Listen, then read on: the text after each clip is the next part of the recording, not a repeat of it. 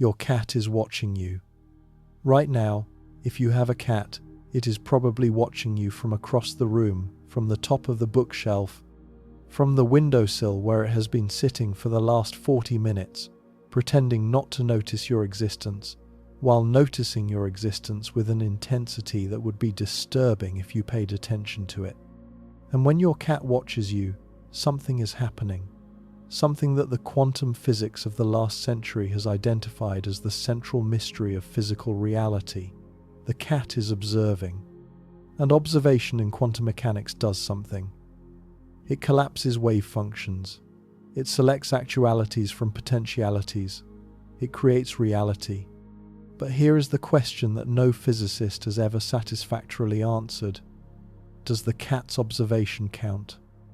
Does the cat's awareness, whatever it is, however it operates, whatever kind of consciousness a cat actually has, participate in the quantum measurement process that physics has identified as the mechanism by which the indefinite becomes definite?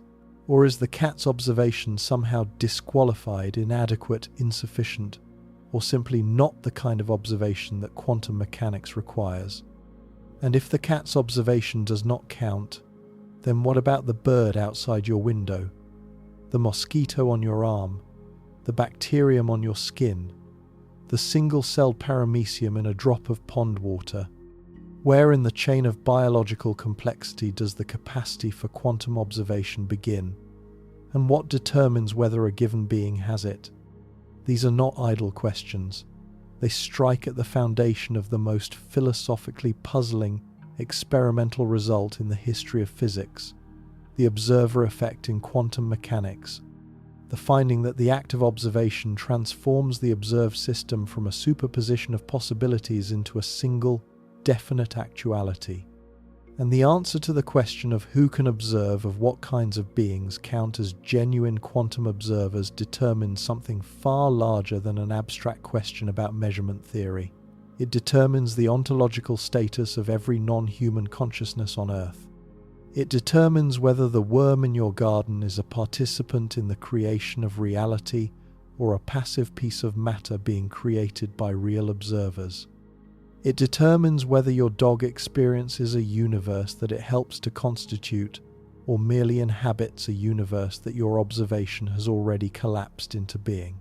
The implications stretch into every domain of human activity.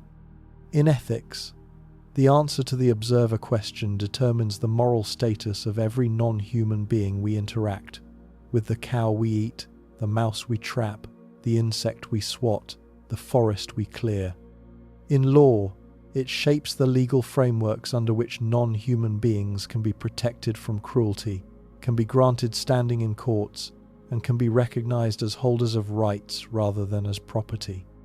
In environmental policy, it affects whether we treat ecosystems as communities of minds or as collections of resources. And in the personal, daily texture of your own life, the question of whether you are alone in the universe or surrounded by conscious beings, each of them experiencing a world, each of them an observer of reality, changes how every encounter with a non-human being feels, how every death of a non-human being weighs, how every moment spent in the presence of a non-human being is understood, and it determines, ultimately, whether consciousness is an exclusively human feature of the cosmos or whether it is a pervasive, universal property of reality that humans share with every other living being on the planet. For centuries, the Western intellectual tradition gave a simple answer to these questions: only humans have consciousness.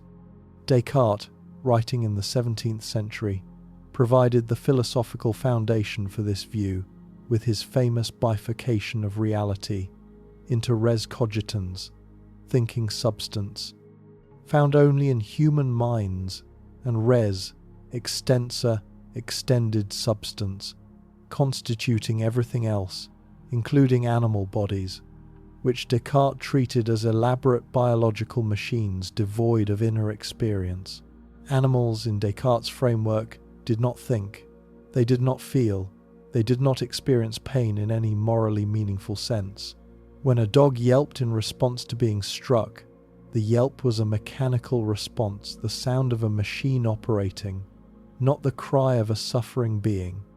Descartes and his followers reportedly demonstrated this by nailing dogs to boards and dissecting them alive, dismissing the animals' screams as the meaningless noise of malfunctioning machinery. Nicolas Malebranche, a Cartesian philosopher of the late 17th century, reportedly kicked his pregnant dog across the room in front of a horrified onlooker who protested the cruelty. Malebranche's response was impeccably Cartesian. "Don't you know it doesn't feel anything?" The dog's yelp, the dog's flight, the dog's subsequent miscarriage were not, in Malebranche's view, evidence of suffering. They were mechanical outputs of a biological machine no different in morally relevant respects from the sounds and motions of a clock that had been struck with a hammer.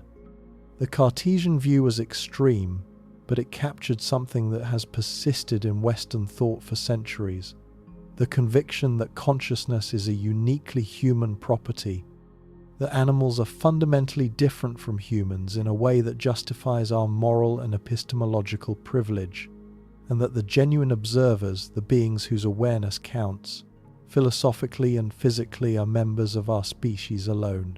In 2012, that tradition collapsed.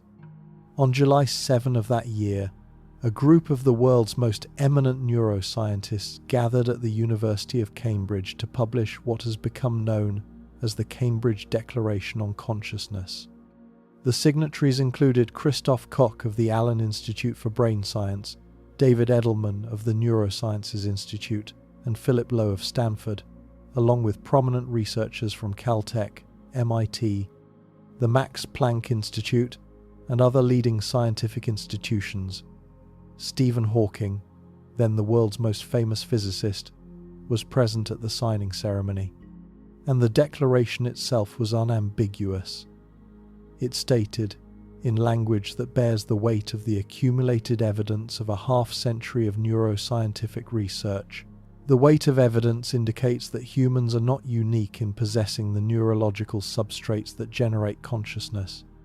Non-human animals, including all mammals and birds and many other creatures including octopuses, also possess these neurological substrates. The Cambridge Declaration did not merely assert that animals have consciousness. It asserted that the neuroscience had now established the consciousness of animals with enough confidence that the scientific establishment could no longer maintain the Cartesian fiction. The signatories included Christof Koch of the Allen Institute for Brain Science, David Edelman of the Neurosciences Institute, and Philip Lowe of Stanford, along with prominent researchers from Caltech, MIT, the Max Planck Institute, and other leading scientific institutions. Stephen Hawking, then the world's most famous physicist, was present at the signing ceremony. The declaration specifically listed the neurological substrates that underlie conscious experience, neural circuits, homologous brain regions, electrophysiological signatures, and documented their presence across a wide range of non-human species. The declaration noted that the absence of a neocortex does not preclude consciousness, citing the octopus as a prominent example of an invertebrate that displays all the behavioral and physiological hallmarks of conscious experience, despite having an entirely different neural architecture. And the declaration explicitly named emotional states, fear, pleasure, play, distress, as genuinely experienced by non-human animals, not merely produced as mechanical outputs of stimulus-response systems. The declaration was a scientific consensus document of a kind that is rare in the history of neuroscience. It was not the conclusion of a single study, the opinion of a single researcher, or the position of a single institution. It was a collective statement by the most eminent consciousness researchers in the world, issued with deliberate ceremony, timed to communicate maximum weight to the scientific community and to the public. And the message was clear. The old view is dead. The Cartesian framework is empirically refuted. Consciousness is not exclusively human, and the scientific establishment now accepts this as established fact. The evidence was in. The evidence had been accumulating for decades in studies of animal cognition, animal emotion, animal neuroanatomy, animal pharmacology, and animal behavior. And the evidence pointed, with a consistency and a clarity that could no longer be denied, to the conclusion that consciousness is not a uniquely human feature of the universe. It is a feature shared by a vast array of non-human beings, from chimpanzees to crows, from elephants to octopuses, from dolphins to dogs, from rats to ravens. These creatures are not automatons. They are not biological machines. They are conscious beings experiencing their environments, feeling their emotions, processing their situations with inner lives that are, in their essential character, continuous with the inner lives that we recognize in ourselves. The declaration is worth taking seriously because of what it implies for the observer question. If consciousness is not uniquely human, if the neurological substrates that generate consciousness are present in mammals, birds, octopuses, and many other creatures, then the physics community's default assumption that quantum observers are exclusively human observers is untenable. Either the cat's observation counts, or we need a principled reason for denying it, and the Cartesian reason, cats are not conscious, has been empirically falsified. Peter Singer's landmark 1975 book, Animal Liberation, which helped launch the modern animal rights movement, had argued the moral case against the Cartesian treatment of animals on the basis of their capacity to suffer. The Cambridge Declaration, nearly 4 decades later, provided the neuroscientific confirmation that Singer's philosophical argument had anticipated.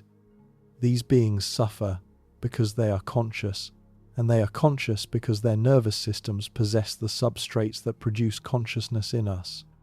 The question is no longer whether non-human animals are conscious. The question is, what are the implications, for physics and for everything else, of the fact that they are? Let us begin with the octopus, because the octopus is, among all non-human animals, the creature that most decisively shatters the traditional boundaries of what consciousness can look like. The octopus is an invertebrate. It does not have a backbone. It does not have the cerebral cortex that neuroscientists have long identified as the seat of mammalian consciousness. Its evolutionary lineage diverged from the lineage leading to humans approximately 600 million years ago, before the emergence of fish, before the development of the vertebrate body plan, before almost anything recognizable as the animal kingdom we know today. And yet the octopus is, by every behavioral and neurological measure, a deeply intelligent and almost certainly conscious being. Peter Godfrey Smith, a philosopher of science at the University of Sydney and the author of Other Minds, The Octopus, the Sea, and the Deep Origins of Consciousness, has spent years studying octopus cognition and behavior. The octopus has approximately 500 million neurons, about 1/6 the number in a human brain, but more than a dog or a cat, and the distribution of those neurons is unlike anything in the mammalian world. Only about 1/3 of the octopus's neurons are in its central brain. The remaining 2/3 are distributed throughout its 8 arms. Each arm has its own neural cluster, its own sensory processing, its own local decision-making capacity. The arms can act semi-independently of the central brain. They can solve problems on their own. They can explore environments, manipulate objects, and respond to stimuli without central oversight. The octopus is not a single mind in a body. It is a federation of minds, a distributed consciousness, with 9 semi-autonomous processing centers, coordinated but not centralized, integrated but not unified in the way that mammalian consciousness appears to be. Octopus intelligence manifests in behaviors that have astonished researchers. Octopuses use tools carrying coconut shells across the ocean floor to assemble them into portable shelters, a behavior documented by Julian Finn and colleagues at the Museum Victoria in Australia in 2009. Octopuses solve puzzles opening jars to retrieve food, navigating mazes, learning by observation. In 2019, a team at the Marine Biological Laboratory in Woods Hole, Massachusetts, documented what appears to be octopus dreaming, color changes and body movements during sleep that suggest the processing of remembered experiences, a behavior that implies the kind of internal model building and experiential replay that dreaming requires. The dreaming study was particularly striking. David Scheel and his colleagues filmed a sleeping octopus and documented rapid, dramatic color changes across its skin, shifts from pale to dark, from smooth to textured, from camouflage to vivid that occurred in specific sequences over periods of approximately 40 seconds before the octopus returned to a quiescent sleep state. The sequences resembled, in their behavioral pattern, the kind of neural activity that occurs during REM sleep in mammals, the sleep phase associated with vivid dreaming. If the octopus was dreaming, what was it dreaming about?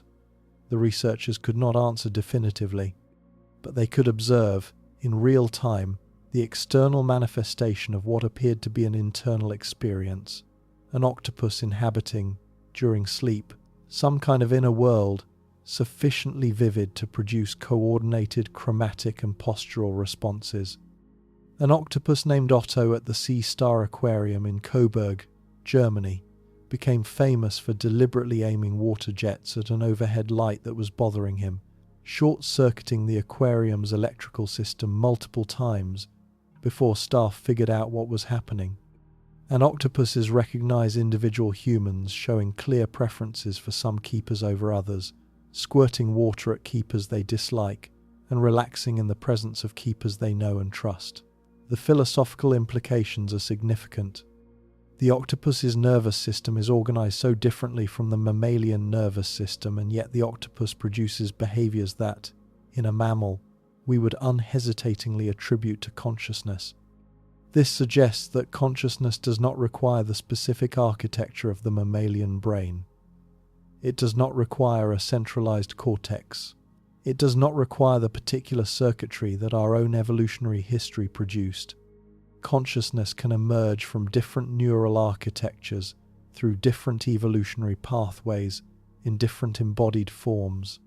And if consciousness can emerge in an octopus, an invertebrate with a distributed nervous system and no cerebral cortex, then the constraints on what can be a conscious observer are far looser than the Cartesian tradition assumed. Birds tell a similar story. For most of the 20th century, bird intelligence was dismissed. The phrase bird brain entered English as an insult, reflecting the assumption that the small size of the avian brain precluded any significant cognitive capacity. The assumption was wrong. The avian brain is not a miniaturized version of the mammalian brain. It is a differently organized brain, with neurons packed more densely than in mammalian cortex, and with a brain region called the nidopallium chordolaterale that appears to perform functions analogous to the mammalian prefrontal cortex. And bird cognition, particularly the cognition of corvids, crows, ravens, magpies, jays and parrots, rivals the cognitive sophistication of great apes. Nicola Clayton at the University of Cambridge has demonstrated that scrub jays engage in what she calls mental time travel, the capacity to remember specific past events, episodic memory, and to plan for specific future events, episodic foresight.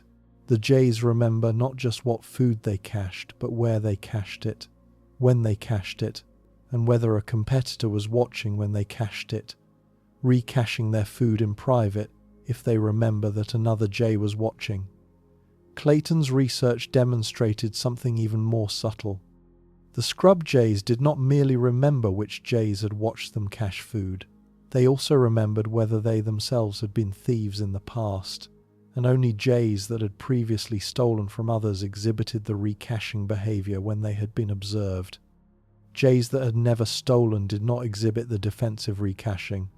The inference seems to be, I know how thieves think, because I have been a thief myself. This is sophisticated mentalization, the capacity to model another mind's knowledge, state a capacity that was long thought to be uniquely human. Betty the New Caledonian Crow, studied at Oxford University by Alex Koselnik and colleagues in 2002, spontaneously fashioned a hook from a piece of straight wire to retrieve a food bucket from a vertical tube, a behavior that demonstrates not merely tool use, but tool manufacture, and not merely tool manufacture, but the capacity to design a tool for a specific purpose based on an internal representation of what the tool needs to do. Ravens have been observed caching food for winter, planning routes across complex terrain, and engaging in deceptive behaviors that require an understanding of what other ravens can and cannot see. And Alex, the African grey parrot studied for 30 years by Irene Pepperberg at Harvard and Brandeis, could identify colours, shapes, materials, and numbers, ask questions, express preferences, and use language in ways that demonstrated the kind of abstract conceptual processing that most psychologists had assumed required a mammalian brain. Great apes add another dimension. Chimpanzees, bonobos, gorillas, and orangutans all show evidence of self-awareness in mirror tests, recognizing themselves as themselves, rather than treating mirror images as other individuals. They use tools, make tools, teach tool use to their offspring, and maintain distinct cultural traditions in different populations, traditions that must be learned, that are transmitted across generations, and that constitute what anthropologists would, in a human context, call culture. Coco the gorilla, studied for 40 years by Francine Patterson at the Gorilla Foundation, learned over 1,000 signs of American Sign Language, and reportedly used the signs to express emotions, describe memories, and engage in what appeared to be genuine conversations with her human caretakers. The question of whether Coco truly understood language in the full human sense remains debated, but the behaviors she produced were sophisticated enough that the default Cartesian dismissal, "it's just a machine," had become untenable. Elephants exhibit behaviors that any honest observer must describe as grief. They mourn their dead, lingering over the bodies of deceased herd members, touching the bones with their trunks, returning to the sites of deaths for years afterward. They recognize themselves in mirrors. They cooperate on complex tasks. They remember individual elephants they have not seen for decades. Cynthia Moss, who has studied African elephants for over 40 years at the Amboseli Elephant Research Project, has documented elephant behaviors, funeral processions, coordinated responses to threats, the recognition of specific human individuals across decades that make sense only if elephants are conscious, emotional, socially sophisticated beings. Joshua Plotnick at Hunter College conducted mirror self-recognition tests with Asian elephants at the Bronx Zoo, demonstrating that at least some elephants passed the test, inspecting marks placed on their foreheads by touching the marks with their trunks, in response to seeing the marks in the mirror, behavior that requires understanding the mirror image as a representation of the self. The test has been passed by only a handful of species, and elephants joining the list confirmed what anyone who has worked closely with elephants already knew. These are beings with rich inner lives, with a sense of who they are, with the capacity to reflect on their own identities and experiences. The grief behaviors are particularly difficult to explain in non-conscious terms. Karen McComb and her colleagues at the University of Sussex demonstrated experimentally that elephants respond to the bones and tusks of deceased elephants with specific, targeted behaviors that they do not show toward the bones of other species. The elephants touch the bones carefully with their trunks. They linger over them. They smell them. They return to them. The specificity of the response directed only at elephant remains, not at the remains of rhinos or buffalo, rules out the simple explanation that elephants are merely interested in large objects. They are interested in dead elephants. They appear to know what a dead elephant is, and their behavior, in its specificity and its emotional tone, is difficult to interpret as anything other than some form of mourning, the recognition of loss, the processing of death, the bearing witness to the passing of a member of one's own species. Dolphins and whales add the aquatic dimension.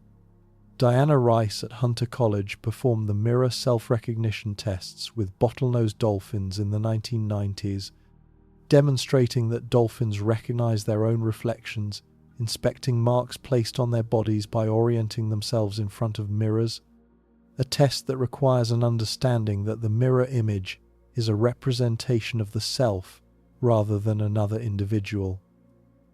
This capacity was long thought to be uniquely primate. Dolphins joined the small group of species, great apes, elephants, magpies, and now octopuses in some studies that have passed the mirror test, a fundamental criterion of self-awareness in consciousness research.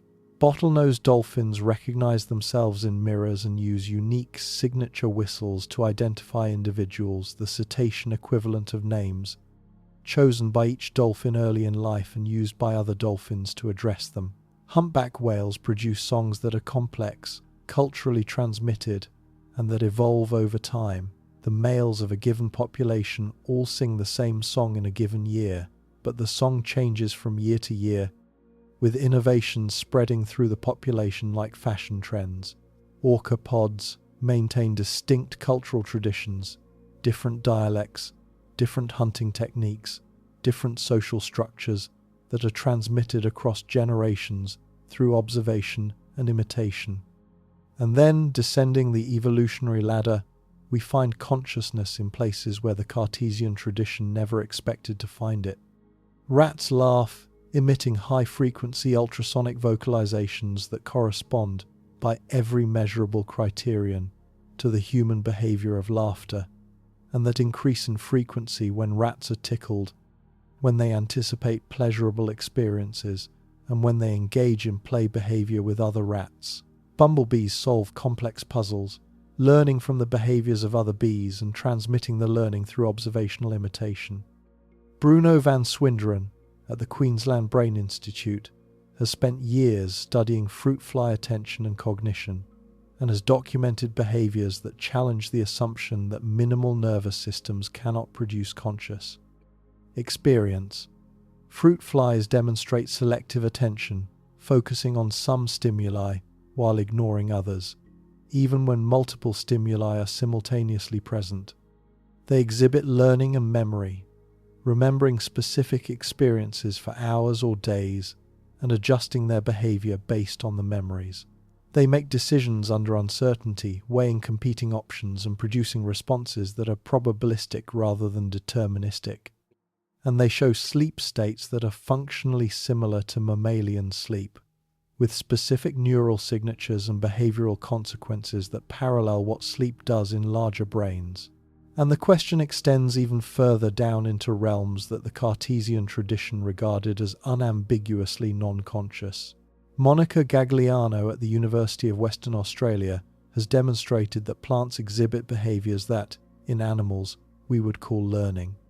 She trained pea plants to associate a blue light with the direction of airflow, a classical conditioning paradigm, and showed that the plants learned the association and subsequently responded to the light even when the airflow was not present.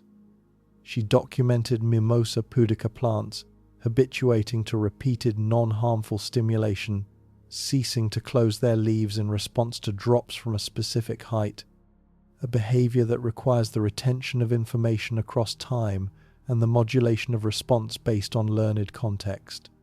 Plants are not brains. Plants do not have nervous systems in the animal sense. But plants process information, adjust their behaviors based on experience, and communicate with each other through chemical and electrical signals in ways that, at a minimum, complicate the simple assumption that only animals can engage in the kinds of information processing associated with consciousness. Even fruit flies exhibit behaviors, sleep, learning, decision-making under uncertainty that require the kind of internal information processing that consciousness researchers associate with at least minimal awareness. The pattern is clear. Consciousness, far from being a uniquely human feature of the cosmos, is widely distributed across the animal kingdom. It appears in creatures whose evolutionary paths diverged from ours hundreds of millions of years ago. It appears in creatures whose neural architectures are profoundly different from our own. It appears in creatures whose behaviors are, in their sophistication and flexibility, unmistakably the behaviors of conscious beings. The Cartesian tradition was wrong. The Cambridge Declaration was right. And the implications for the observer question are enormous. If consciousness is not uniquely human, if the octopus and the raven and the elephant and the bumblebee all have some form of inner experience, some capacity for perception, some manner of engagement with their environments that we would recognize in ourselves as conscious, then the physics community's default assumption that quantum observation requires human consciousness is either empirically wrong or philosophically arbitrary. Either these non-human conscious beings are genuine quantum observers, participating in the collapse of wave functions, contributing to the creation of definite reality from the superposition of possibilities, or we need a principled reason for excluding them.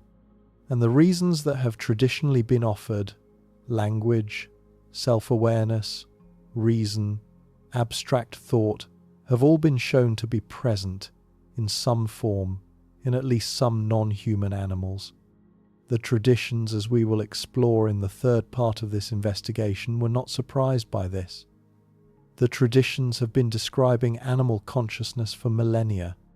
The Jain tradition treats all living beings as possessing souls jivas, with the moral implications of this position worked out to a level of rigor that puts Western animal ethics to shame. The Buddhist tradition includes animals in its doctrine of rebirth. You have been an animal in previous lives, and you may be an animal in future lives, and the consciousness of animals is continuous with the consciousness of humans in ways that make the distinction between species morally and metaphysically secondary. The indigenous traditions of North America, Australia, Siberia, and Africa share a common feature that the Western tradition has largely lacked: the assumption that consciousness is widely distributed across the natural world, that animals are not merely objects but subjects, and that relationships with non-human beings are morally and spiritually significant in ways that the Cartesian framework systematically denied. For most of human history, in most human cultures, the idea that a cat might be a genuine observer of reality, that a raven might experience the world with a consciousness continuous with our own, that a tree might have some form of inner life, was not a startling philosophical hypothesis. It was common sense. It was how the world was understood. The Cartesian dismissal of non-human consciousness is a historical anomaly, a recent, local, culturally specific departure from the much broader human understanding that the world is filled with minds, not merely with mechanisms. The Hindu tradition places Atman, the fundamental self, in all living beings, not just humans. And indigenous traditions across the world have never accepted the Cartesian framework in the first place, regarding animals, plants, and even geographical features as possessing forms of consciousness and agency that humans must respect, negotiate with, and learn from. The next part of this investigation will take the question into the quantum domain, examining what it would mean for a cat, an octopus, or an amoeba to be a genuine quantum observer, and what the most sophisticated theories of consciousness, integrated information theory, panpsychism, Orch-OR, say about the distribution of observation across the biological world. And the results may transform not merely how you think about physics, but how you look at every living being you encounter for the rest of your life. The first part of this investigation established that consciousness is not uniquely human. The Cambridge Declaration, the research on octopus cognition, the decades of corvid intelligence studies, the elephant mirror tests, the cetacean cultures, the rat laughter, even the plant learning, all of it converges on a single, scientifically grounded conclusion. Inner experience is widely distributed across the biological world. the Cartesian fiction is dead, and the question that replaces it, the question that physics has systematically avoided for nearly a century is, what happens to quantum mechanics when we take non-human consciousness seriously? The question is not rhetorical. Quantum mechanics, as we have explored across these investigations, places the observer at the center of physical reality. The observer collapses the wave function. The observer selects actuality from potentiality. The observer creates, through the act of measurement, the definite facts of the physical world from the indefinite possibilities of the quantum superposition. And for nearly a century, physics has tacitly assumed that the observer is a human observer, or, at most, a measuring device that has been calibrated by humans and that outputs its results to human experimenters. The observer problem has been formulated, debated, and attempted in terms that presuppose human consciousness as the relevant reference point, and the tacit assumption has never been justified. It has simply been made a philosophical prejudice dressed up as a physical principle.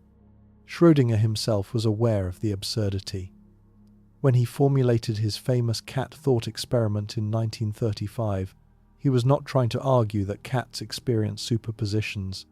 He was trying to demonstrate, through reductio ad absurdum, that the standard interpretation of quantum mechanics, the Copenhagen interpretation, with its emphasis on the role of observation in collapsing the wave function, led to conclusions that could not be sustained. A cat in a box with a radioactive atom and a flask of poison, according to the Copenhagen interpretation, would be in a superposition of alive and dead states until the moment the box was opened and a human observer checked. Schrödinger's point was that this conclusion was ridiculous. A cat is not a superposition. A cat is either alive or dead, and the theory that demands the cat be in a superposition until a human observes it must, Schrödinger argued, be missing something. But there is another way to read the thought experiment, a reading that Schrödinger did not emphasize, but that follows naturally once we accept the Cambridge Declaration's conclusions about animal consciousness.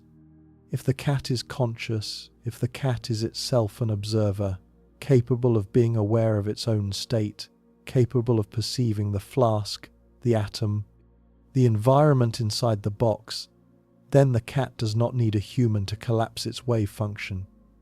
The cat collapses its own wave function, continuously, through its own ongoing observation of its own experience. The cat is not in a superposition at any point. The cat is alive and experiencing aliveness, or the cat is dead and no longer observing anything. Schrödinger wrote the thought experiment in a 1935 paper titled Die gegenwärtige Situation in der Quantenmechanik, the present situation in quantum mechanics, a paper that also introduced the term entanglement into physics, and that Schrödinger himself described as burlesque. His goal was to ridicule the Copenhagen interpretation by showing where its logic led. A cat in a box with a radioactive atom should, by the interpretation's own reasoning, enter a superposition state, a superposition that seems absurd when applied to a macroscopic organism. Schrödinger thought the absurdity was sufficient refutation. But Schrödinger was writing in 1935, decades before the neuroscience of animal consciousness would be developed, decades before the Cambridge Declaration would formalize what is now known about the neurological substrates of consciousness in non-human species. Schrödinger assumed implicitly that the cat was unconscious, a mere physical system that could, in principle, be treated as a quantum object.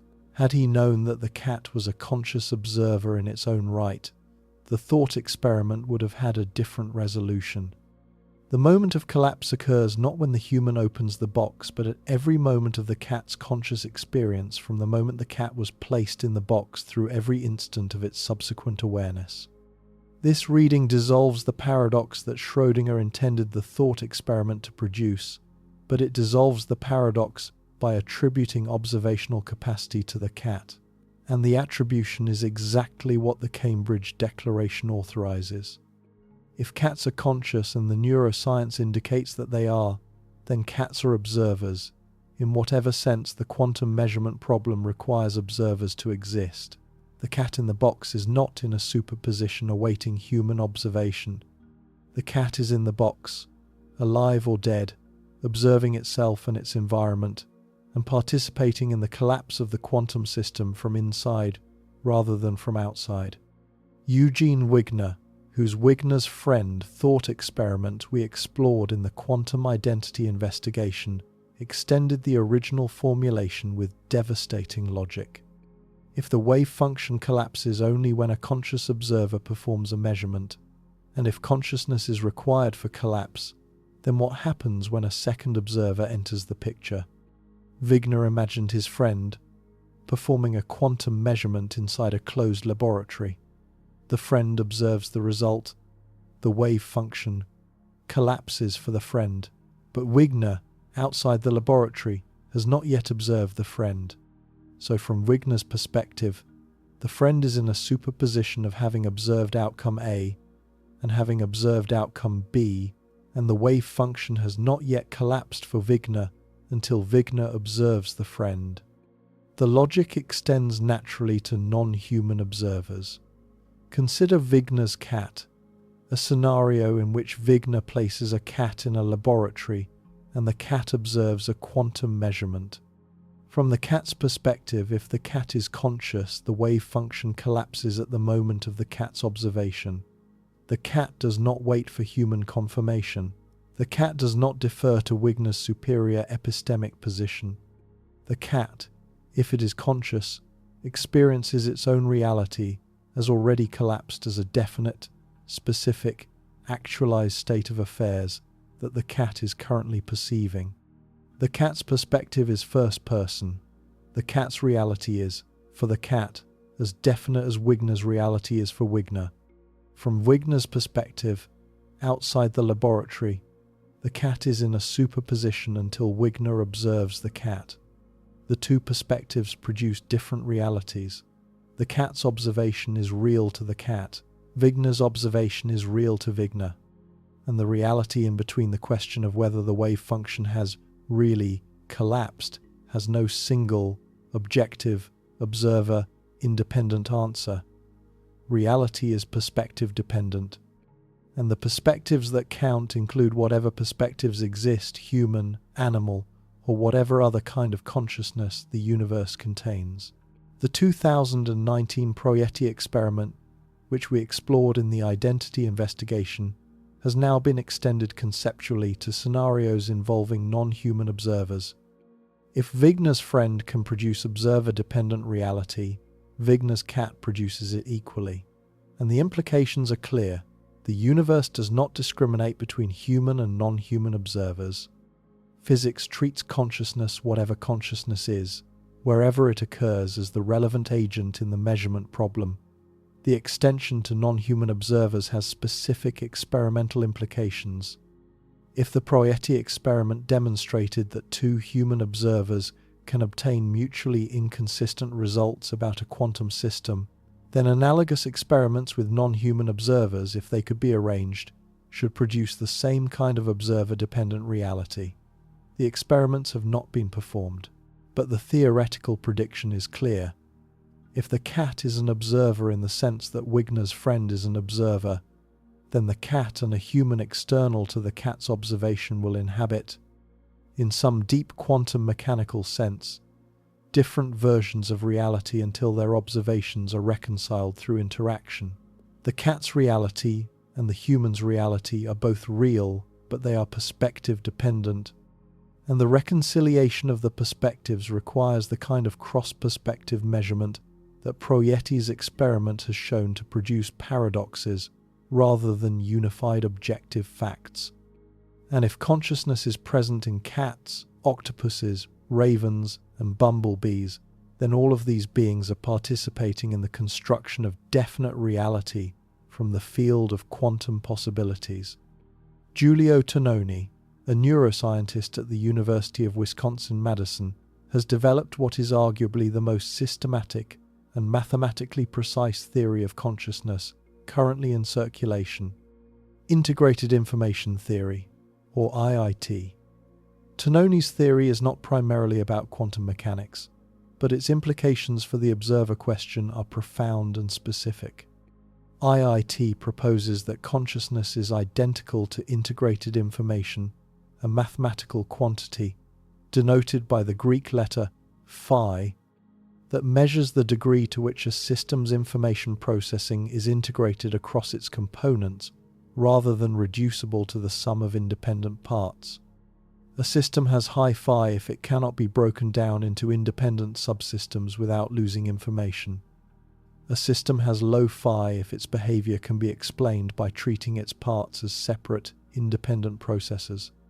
By this measure, a human brain has extraordinarily high phi, the massive integration of information across billions of neurons produces a system whose behavior cannot be decomposed into independent components.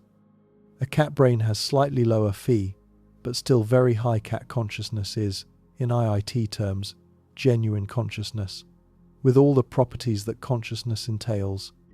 A fly brain has lower phi, but phi is still non-zero. A bacterium has very low phi, but still non-zero.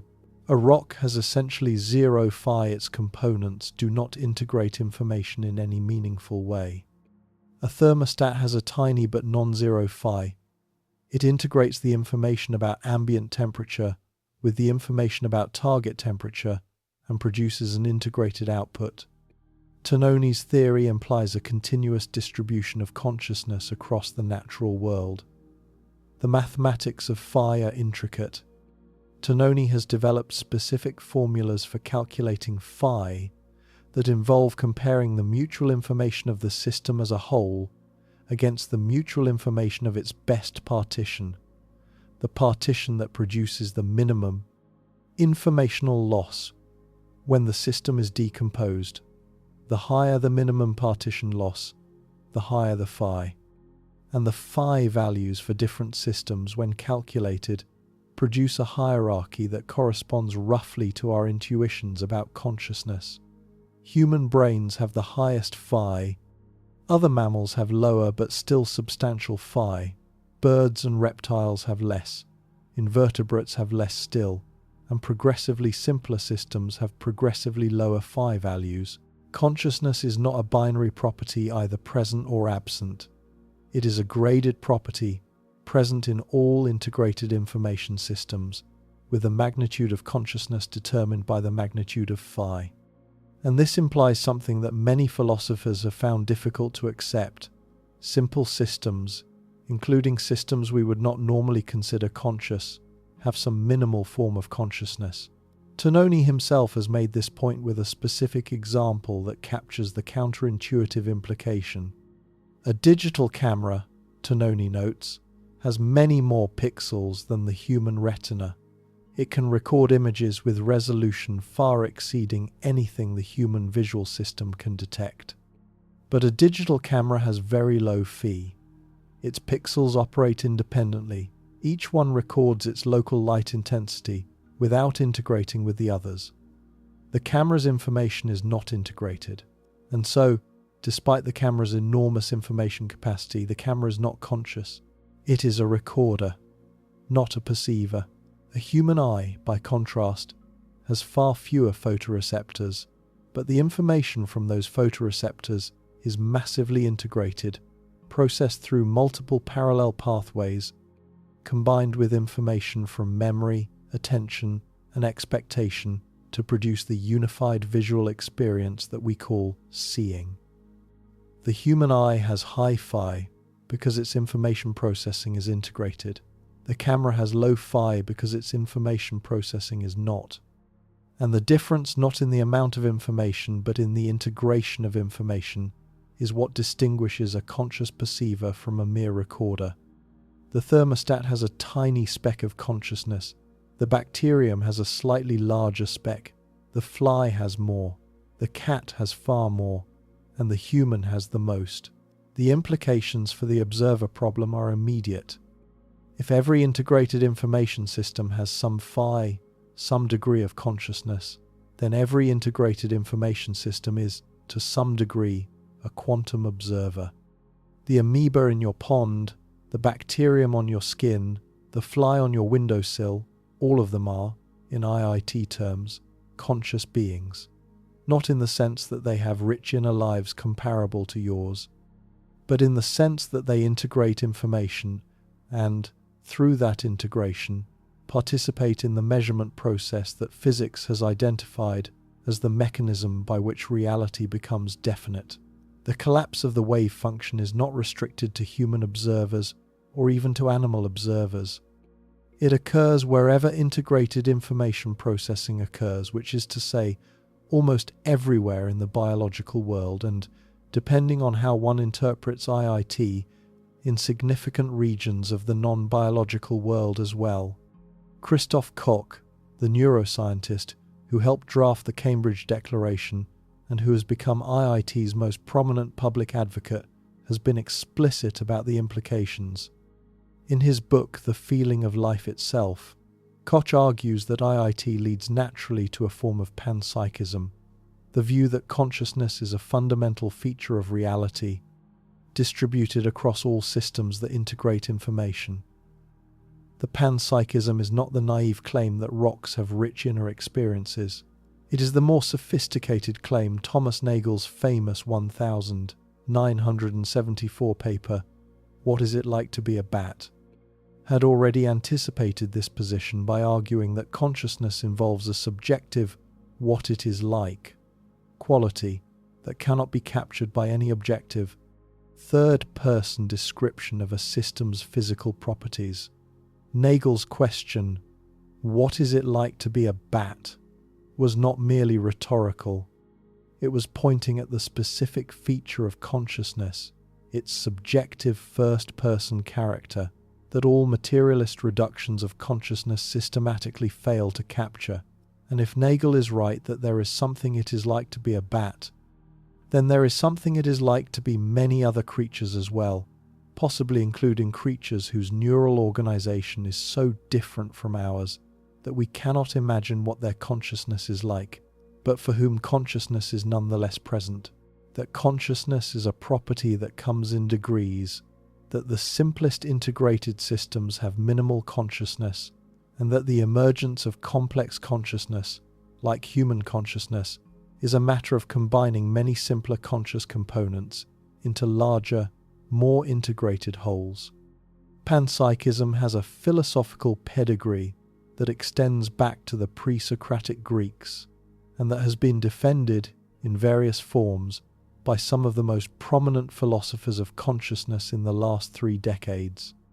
David Chalmers, the philosopher who named the hard problem of consciousness, has increasingly defended panpsychist positions, arguing that the failure of materialist approaches to explain consciousness may require accepting that consciousness is a fundamental feature of reality rather than an emergent product of physical processes.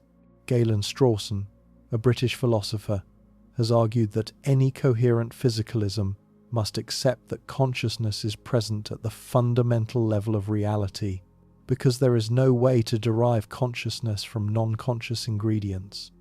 Philip Goff, a younger philosopher whose book Galileo's Error has brought panpsychism to a wider audience, has made the case that panpsychism is not merely a speculative possibility, but a necessary conclusion of the serious philosophical investigation of consciousness. The panpsychist position is directly relevant to the quantum observer problem.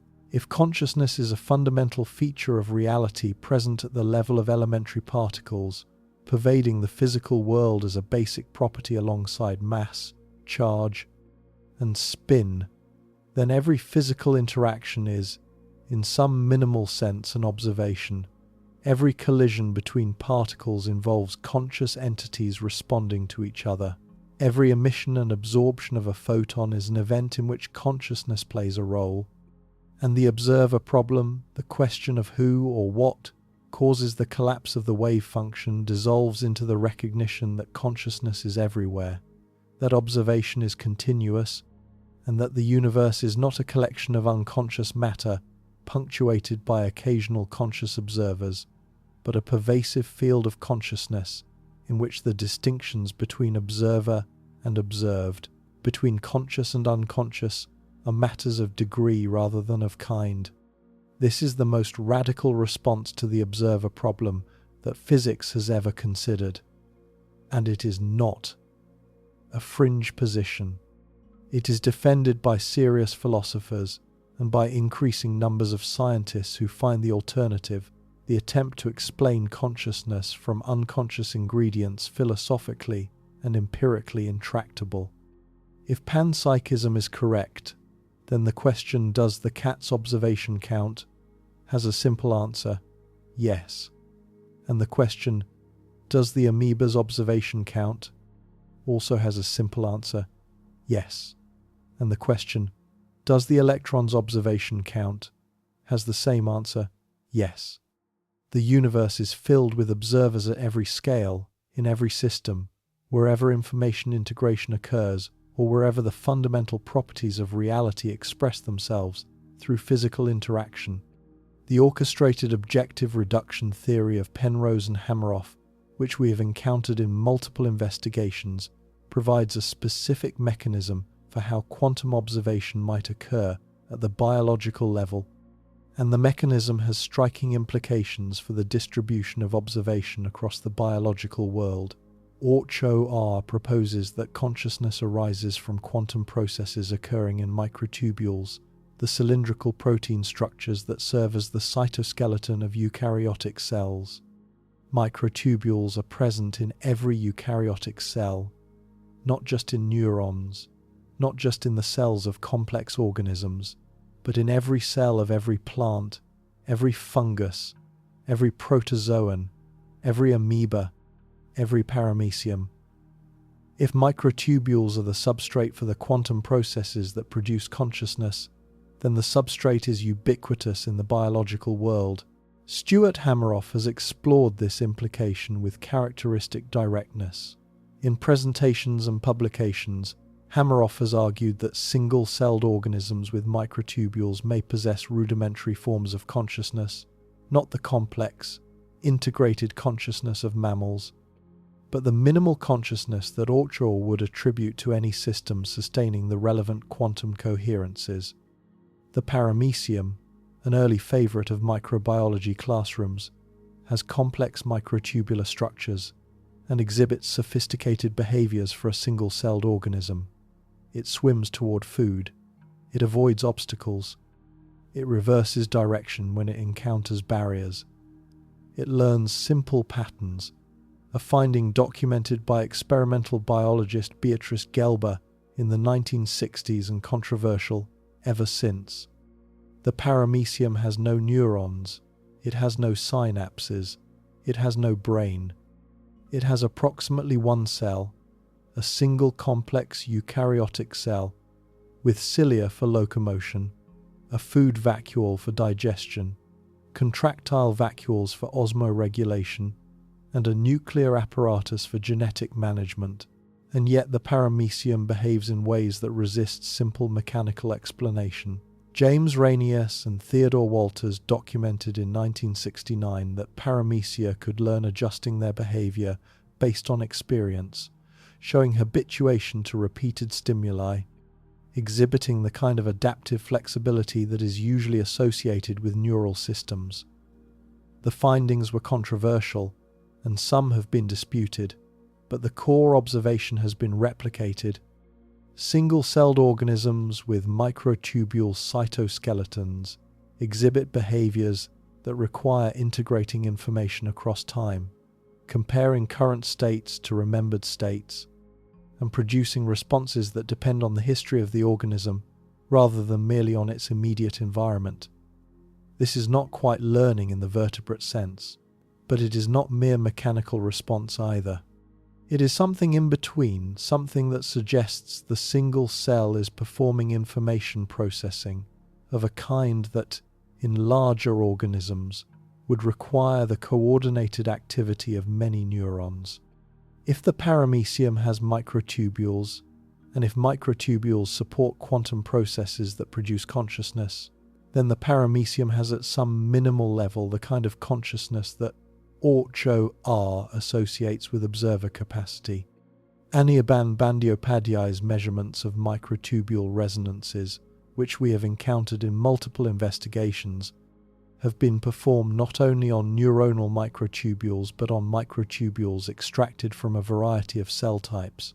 The resonances are universal, present in every microtubule sample that has been tested, with specific frequencies that appear to be characteristic of the microtubule structure itself, rather than of the specific cellular context. If microtubules are quantum antennae, as Hameroff and Bandyopadhyay have argued, then every cell with microtubules is, at some level, a quantum receiver. And every cell with microtubules is a potential observer in the quantum mechanical sense, a locus of the collapse process that physics has identified as the mechanism by which reality becomes definite. The picture that emerges from combining Orch-OR with IIT and panpsychism is one in which quantum observation is not a rare, special event performed only by sophisticated human minds, but a pervasive, continuous process occurring throughout the biological world and, potentially, in the non-biological world as well. Every cell with microtubules may be collapsing wave functions continuously through the quantum processes occurring in its cytoskeleton. Every integrated information system may be contributing to the construction of definite reality through the measurement activity that its integration produces. Every interaction between conscious entities, and if panpsychism is correct, every interaction between any entities may be an act of mutual observation, each participant collapsing the other's wave function through the perceptual engagement that their mutual presence requires. The decoherence approach to the measurement problem developed by physicists including H. Dieterse, Wojciech Zurek, and others in the latter half of the 20th century provides a different but complementary framework for understanding how non-human observers might participate in quantum measurement. Decoherence is the process by which a quantum system loses its coherence through interaction with its environment, the process by which the delicate quantum superpositions that characterize isolated systems are destroyed by entanglement with the surrounding particles, fields, and radiation. Decoherence does not require consciousness. It happens automatically, continuously, whenever a quantum system interacts with a sufficiently complex environment. And decoherence can explain much of what the traditional collapse interpretation attributed to conscious observation. The emergence of definite classical outcomes from quantum superpositions can be understood in the decoherence framework as a consequence of environmental interaction rather than as a consequence of conscious perception. But decoherence does not fully solve the measurement problem. It explains why we do not observe macroscopic superpositions, why the cat in the box is not observed to be in a superposition of alive and dead. But it does not explain why a specific outcome, alive or dead, is selected rather than any other. The selection, the actualization, the reduction from the mixed state that decoherence produces to the specific outcome that is experienced.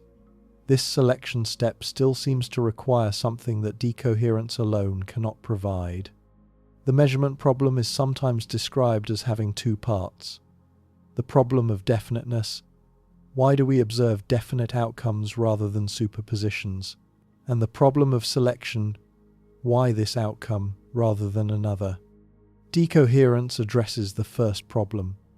Elegantly, environmental entanglement destroys the coherence that would allow macroscopic superpositions to persist and be observed. But the second problem remains.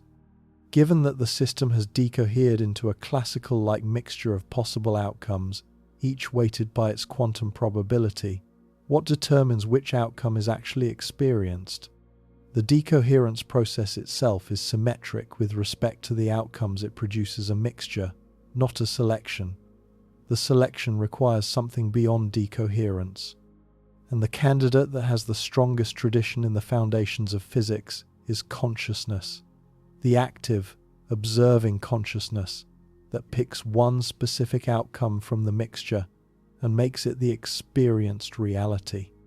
This candidate has been defended in various forms by physicists and philosophers as diverse as Eugene Wigner, John von Neumann, Henry Stapp, Roger Penrose, and David Chalmers. And the position is not that consciousness creates reality ex nihilo. It is that consciousness performs the specific, minimal function of selecting from the decohered mixture the one outcome that becomes the experienced definite fact. The selection is not an arbitrary addition to physics. It is the filling of an explanatory gap that the physics itself has identified as requiring a filler, and one candidate for what provides the selection is consciousness, human or otherwise. In the decoherence framework, combined with a conscious collapse interpretation, the cat's consciousness might be the agent that selects the specific outcome from the environmentally decohered mixture of possibilities. The cat does not need to be a sophisticated observer.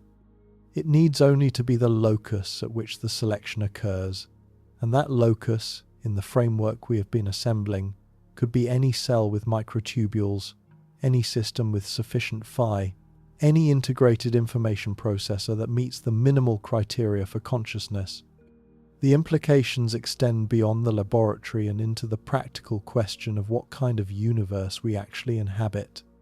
If non-human observers are genuine quantum observers, if cats and octopuses and amoebas and single cells participate in the construction of definite reality through their own observational activity, then the universe is not a solitary theatrical production in which human consciousness performs on an empty stage.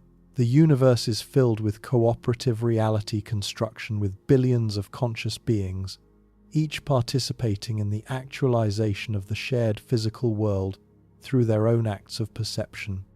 Every cat watching a bird is an observer collapsing the bird's position and momentum superposition. Every bird watching a cat is an observer collapsing the cat's position and momentum superposition. Every mutual perception is a mutual reality, making two conscious beings simultaneously actualizing each other's presence, each one confirming, through its observation, that the other is definitely there. It is a vast, collaborative, multi-species performance in which every conscious being contributes to the ongoing construction of the shared physical world. Every act of perception by every conscious being is an act of reality making. Every gaze of your cat at the window is a moment of quantum measurement. Every flight of a bee toward a flower is an act of reality actualization. Every moment of microtubular resonance in every eukaryotic cell is a participation in the collapse process that physics has identified as the foundation of definite, actualized physical reality.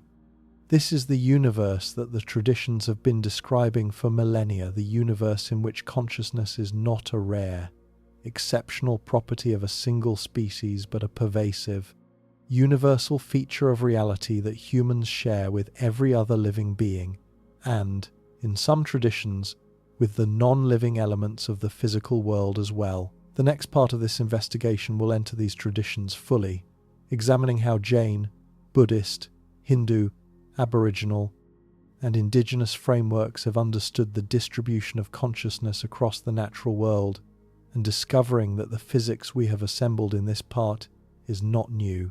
The physics is catching up with what human cultures have known for 4,000 years.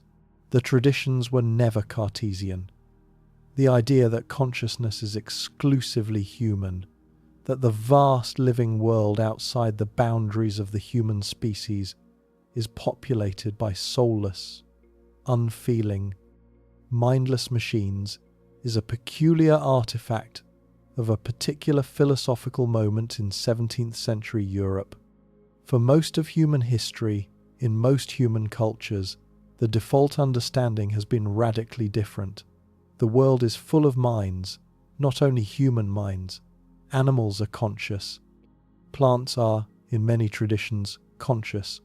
Mountains, rivers, and forests are, in many traditions, conscious. And the relationships between humans and non-human beings are not the relationships between subjects and objects, between persons and things, between minds and mechanisms. They are relationships between different kinds of persons, different kinds of minds, whose characters vary, but whose basic status as conscious beings is shared.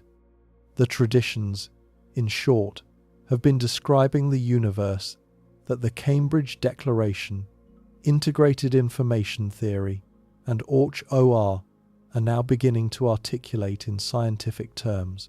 The science is catching up, and the traditions are waiting. Of all the world's religious and philosophical traditions, none has taken the consciousness of non-human beings more seriously, or worked out the implications more rigorously than Jainism. The Jain tradition, which emerged in India around the same time as Buddhism in the 6th century BCE, with its central figure Mahavira, begins with a single foundational claim. Every living being possesses a soul, called a jiva. The soul is not a human feature. The soul is a property of life itself. Humans have jivas, animals have jivas, plants have jivas, microorganisms have jivas, and the Jain tradition has worked out, with extraordinary precision, what this universal distribution of consciousness implies for ethics, for behavior, and for the entire organization of human life. The ethical consequence is the doctrine of ahimsa, non-harm, non-violence, applied not merely to other humans but to all beings capable of suffering. And because all living beings have jivas, all living beings are capable of suffering, and all living beings are morally protected from the violence that suffering requires. The Jain monk walks carefully to avoid stepping on insects. The Jain monk filters water through a cloth to avoid swallowing microorganisms. The Jain monk sweeps the path in front of their feet with a soft brush to clear it of any small beings that might otherwise be crushed. The Jain monk does not eat root vegetables, because harvesting them kills the plant. Jain lay people observe less strict versions of these practices, but the principle is the same. Violence against any conscious being is violence, and violence is to be minimized in proportion to the depth of one's commitment to the path. The Jain tradition's commitment to non-human consciousness is not merely theoretical. It has shaped the practical organization of Jain life for over 2,500 years. Jain monks, the most serious practitioners of the tradition, live by rules so strict that non-practitioners sometimes find them incomprehensible. They do not eat after sunset, because eating in darkness risks harming small organisms that the eye cannot see.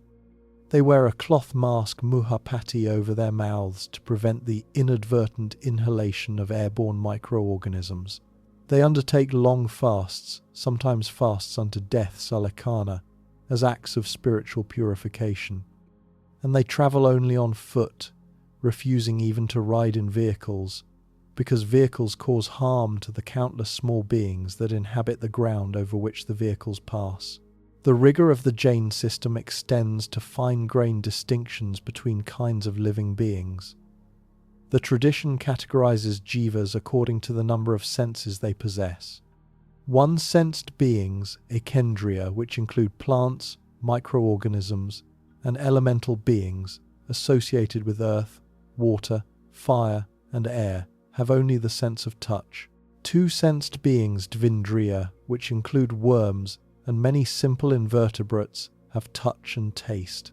Three-sensed beings, trindriya, which include ants and many insects, have touch, taste, and smell. Four-sensed beings, chaturindriya, which include flies and bees, have touch, taste, smell, and sight.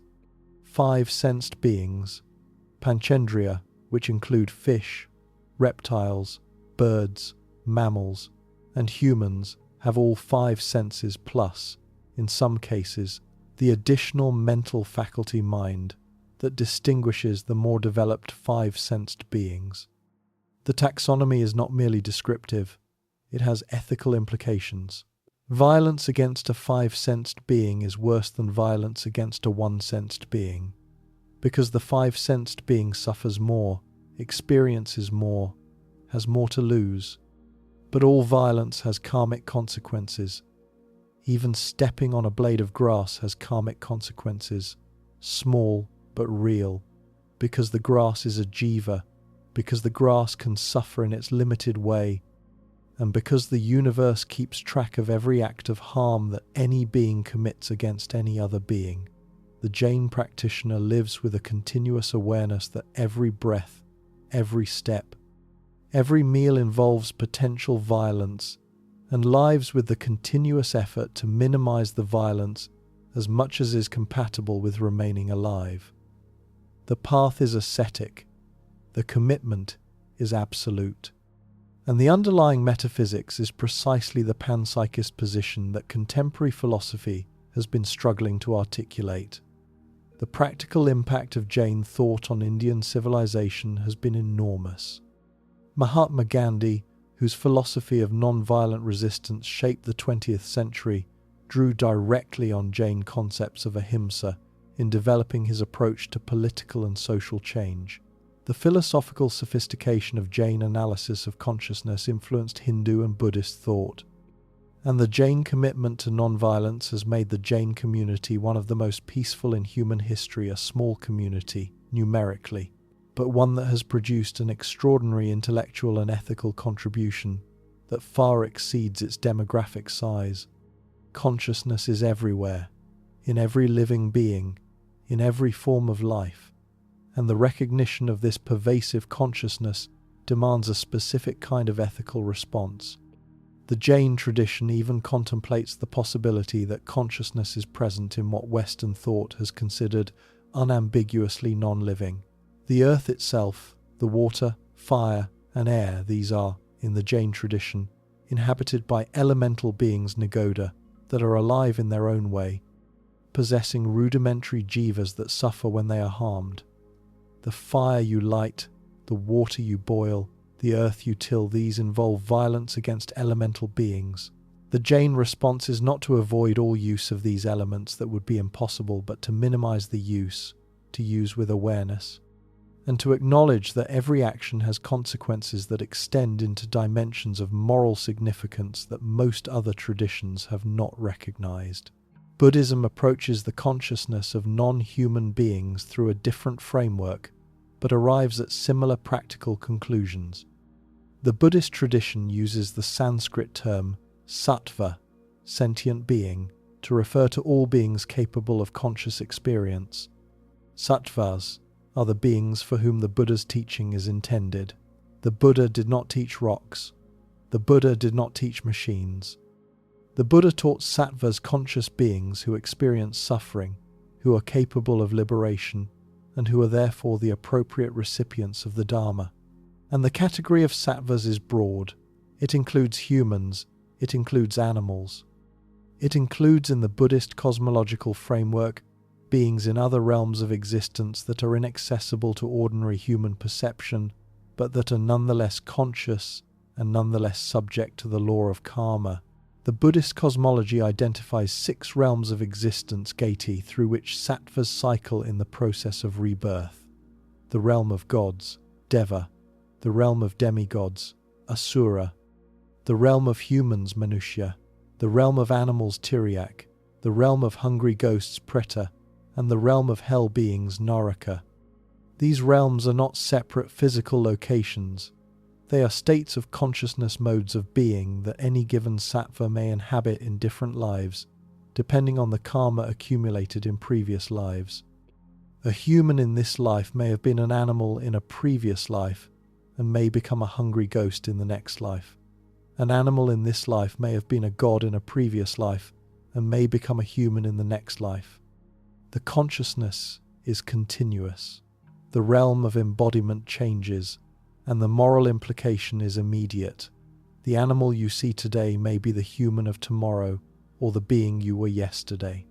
The distinction between human and animal is a distinction of current form, not of essential consciousness. This has profound ethical implications, and the Buddhist tradition has worked them out in detail. Animals are not moral patients in some diminished sense. Animals are sattvas. Animals suffer.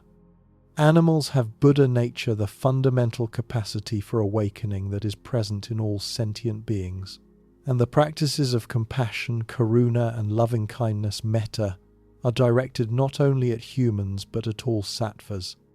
Buddhist monasticism has historically included specific practices that recognize the consciousness of non-human beings. Many Buddhist monasteries release fish, birds, and other animals that would otherwise be killed for food. The practice of fangsheng in Chinese Buddhism, which literally means releasing life. The practice is not sentimental. It is grounded in the metaphysical commitment that these beings are sattvas, conscious beings, whose lives matter, whose suffering is real, whose liberation from immediate threats is a genuine good. Pilgrims to Buddhist sites across Asia participate in these release ceremonies as acts of merit-making, acknowledging through practice the moral reality that the doctrine affirms. Animals are not objects, animals are subjects, and the protection of animals is genuine spiritual work. The Metta Sutta, one of the most beloved texts in the Theravada tradition, specifies that loving-kindness should be extended to all beings without exception, whether great or small, seen or unseen, far or near, born or to be born. Let no one deceive another. Let no one despise any being in any state. Let no one, through anger or ill will, wish harm upon another. The vegetarianism of Mahayana Buddhism follows naturally from these premises. If all sentient beings have Buddha nature, if all sentient beings are subject to the law of karma, if all sentient beings suffer when they are harmed, then the consumption of animals which requires their death is a moral problem that serious practitioners must address. Different Buddhist schools have reached different conclusions. Theravada monks traditionally eat whatever is offered, including meat, provided the meat has not been prepared specifically for them. Mahayana practitioners, particularly in East Asia, have generally embraced vegetarianism as a core component of the compassionate life. But the disagreement is about practical application, not about the underlying metaphysics. The metaphysics is clear.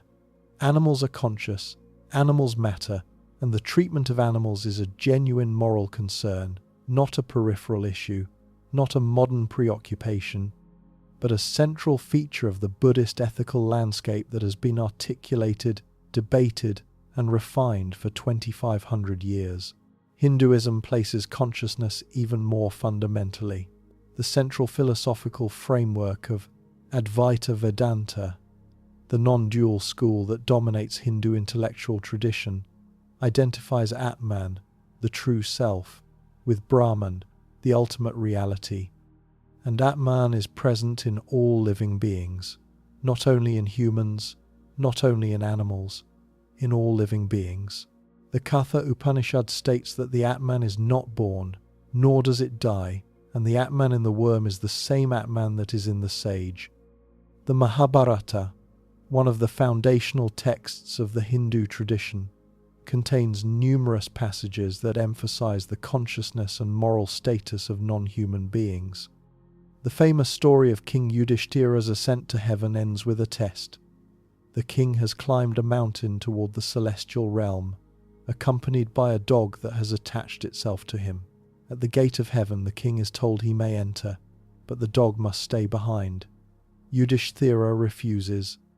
He will not enter heaven if it requires abandoning a being who has travelled with him, suffered with him, shown him loyalty and companionship. The dog is then revealed to have been the god Dharma in disguise, testing Yudhishthira's virtue. The king's willingness to sacrifice heaven itself, rather than abandon a non-human companion, is presented as the final proof of his moral development. The story communicates a specific metaphysical claim. The consciousness of the dog is real, the loyalty of the dog is real, and the human who recognizes these realities is more spiritually advanced than the human who does not, differing only in the degree to which the Atman has been obscured by the veiling power of Maya in the specific embodiment through which it manifests. The Hindu tradition encodes this metaphysical commitment in its mythology and its iconography. The gods themselves appear in animal forms or with animal features. Ganesha has the head of an elephant. Hanuman is a monkey. Nandi, the mount of Shiva, is a bull. Garuda, the mount of Vishnu, is an eagle. Durga rides a tiger. Saraswati rides a swan. These are not incidental features of the mythology. They are theological statements. The divine is not exclusively human. The divine inhabits animal forms as readily as human forms, and the animal bodies are not inferior vehicles for consciousness, but legitimate manifestations of the divine reality that pervades all existence. The special status of the cow in Hindu tradition is perhaps the most visible consequence of this framework. The cow is not worshipped in the literal sense. The cow is revered as a manifestation of the divine, as a source of life-giving milk, as a being whose gentleness embodies certain virtues that the tradition associates with the feminine aspect of the divine. The protection of cows is not a superstition. It is a specific application of the general principle that conscious beings deserve protection, a principle applied with particular emphasis to cows because of their historical, economic, and symbolic importance to Hindu civilization, and the emphasis reveals something about the underlying worldview. Consciousness matters, animal consciousness is real, and the treatment of animals is a matter of religious and moral concern that informs the texture of daily life for hundreds of millions of Hindus. Vegetarianism is, for many Hindus, the practical expression of these commitments. Not all Hindus are vegetarians. Regional and caste traditions vary widely, but vegetarianism is widespread and is usually framed not as a dietary preference but as a spiritual practice. The consumption of meat involves the killing of animals. Animals are conscious beings. The killing of conscious beings produces negative karma, and the serious spiritual practitioner minimizes this karma by abstaining from meat, not because meat is physiologically harmful, but because the killing that produces meat is morally problematic. The framework is internally consistent. Consciousness matters, and the diet follows from the metaphysics. The Aboriginal Dreamtime adds a dimension that neither Jainism nor Buddhism nor Hinduism quite captures: the dimension of ancestral continuity between humans and non-human beings. In Aboriginal Australian cosmology, animals are not merely conscious, they are kin. The kangaroo is not a different kind of being from the human. The kangaroo is a relative, a member of the extended family of beings that shares with humans a common origin in the dreamtime and a common participation in the ongoing creative act of reality-making. The totemic system that organizes traditional Aboriginal societies encodes this kinship. Each person is associated with a specific totemic animal, or plant, or geographical feature that represents their ancestral lineage. The person is, in a deep sense, continuous with the totem.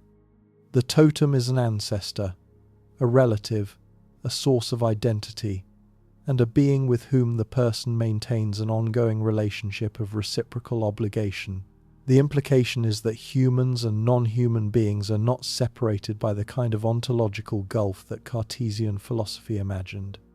They are separated by specific differences of form, of capacity, of cultural role, but not by a difference in basic status.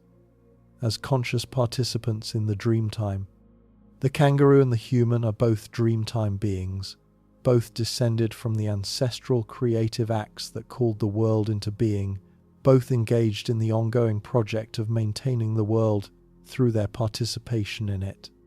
And the humans who know their totems, who perform their ceremonies, the totemic system has practical consequences that are invisible to outsiders.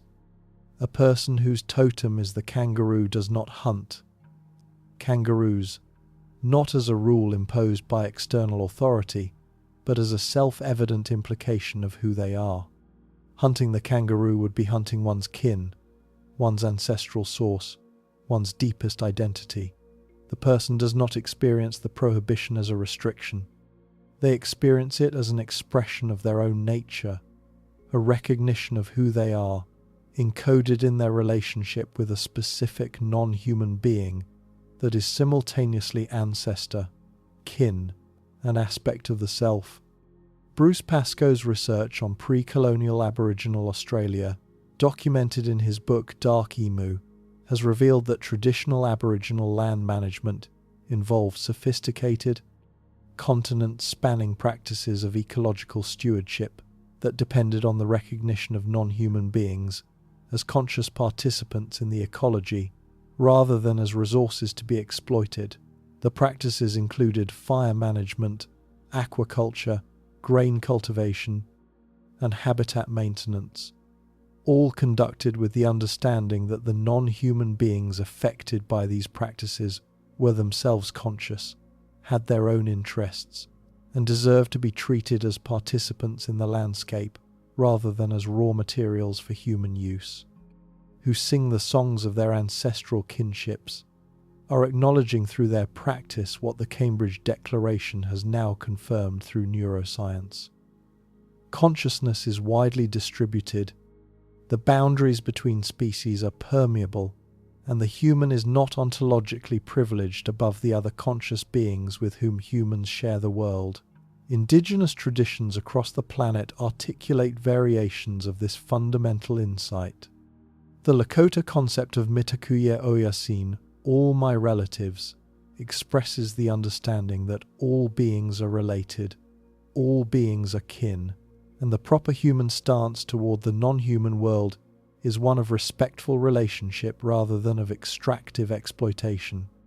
The Andean concept of Aini reciprocity applies to interactions with mountains, rivers, and animals as readily as to interactions with other humans, because mountains, rivers, and animals are understood as conscious beings capable of genuine relationships. The Ainu tradition of Japan honored bears as conscious, powerful spiritual beings with ceremonies that acknowledge the bear's status as a kamui, spiritual entity, even when the bear was hunted for its meat. The San peoples of southern Africa, the Inuit of the Arctic, the Maori of New Zealand, the Native American nations of North America, the countless indigenous peoples whose traditions have survived the disruptions of colonial modernity, all of them share, in various specific forms, the basic insight that the world is filled with conscious beings, that the boundaries between human and non-human consciousness are permeable, and that the proper stance toward this world is one of respect and relationship, rather than of domination and extraction. Animism, the broad term that anthropologists use for the worldview shared by many indigenous traditions, is not the primitive superstition that 19th century Europeans dismissed it as. It is a sophisticated metaphysical position that recognizes consciousness as widely distributed across the natural world and that organizes human life around the recognition.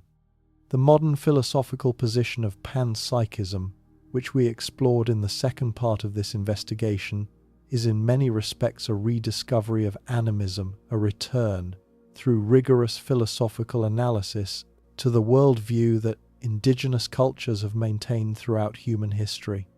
Taoism contributes yet another perspective. The Taoist tradition does not distinguish sharply between the human and the non-human world. The Tao, the fundamental flow of reality, expresses itself through all beings, and all beings participate in the Tao through their specific modes of existence. The mountain has its Tao, the river has its Tao, the bird has its Tao, the human has its Tao, and the sage, the one who lives in accordance with the Tao, recognizes the intrinsic integrity of every being's participation in the natural flow. Zhuangzi's famous dialogues with fish, butterflies, and cooks who butcher oxen without dulling their knives are not merely literary flourishes. They are illustrations of a worldview in which non-human beings are treated as conscious participants in reality, deserving of attention, capable of teaching the human something about the nature of things. The Taoist concept of wu-wei non-action, Effortless action is fundamentally about recognizing the intrinsic intelligence of natural processes and aligning human action with that intelligence, rather than imposing human will upon it. The sage who practices Wu Wei does not assume that natural processes are unconscious mechanisms to be manipulated. The sage assumes that natural processes express the Tao, that the Tao is present in all things, and that the appropriate human stance is to perceive the Tao's expression in each situation and to act in alignment with it rather than against it. This implies a form of panpsychism. The Tao is everywhere.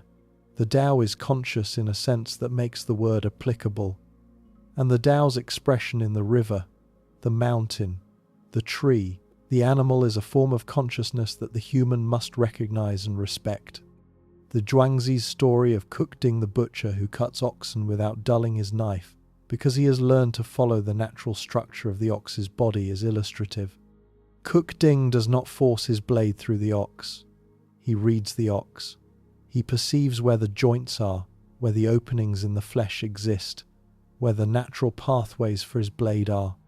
The ox in death is still treated as a being with structure, with integrity, with a Tao that the butcher must respect. The contrast with Cartesian butchery, in which the animal is a mere machine to be dismantled, is instructive. Even in death, even in the process of becoming food, the animal retains a dignity that the tradition insists on preserving. Even the Abrahamic traditions, which have often been associated with a more anthropocentric worldview, contain significant strands of recognition of non-human consciousness. The Hebrew Bible's creation narrative has God creating animals, blessing them, and commanding them to multiply, treating them not merely as resources for human use, but as beings with their own trajectories of flourishing.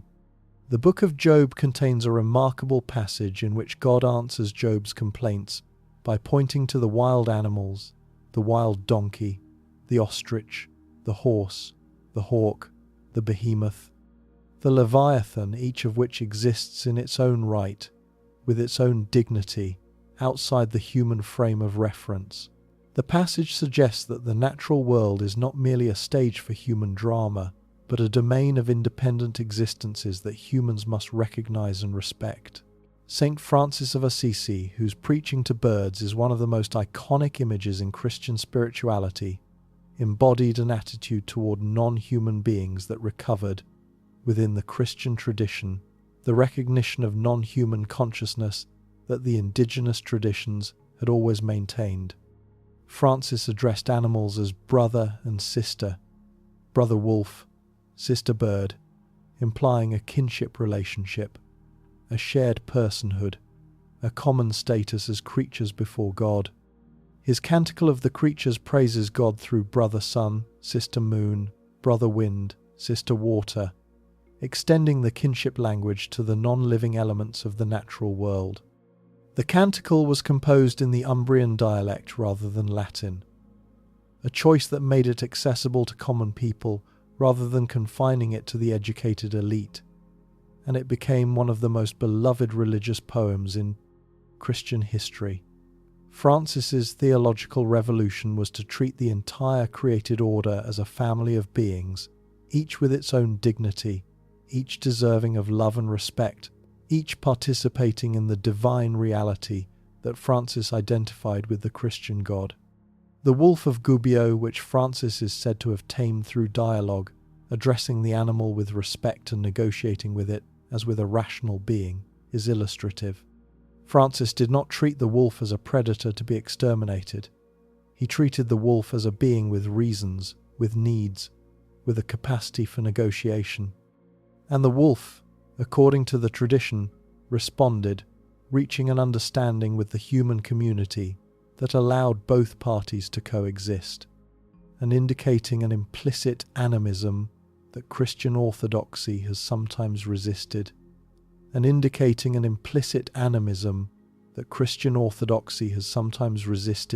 but never fully suppressed. Islamic tradition contains similar recognitions, articulated through the extensive body of hadith and legal material that specifies humane treatment of animals.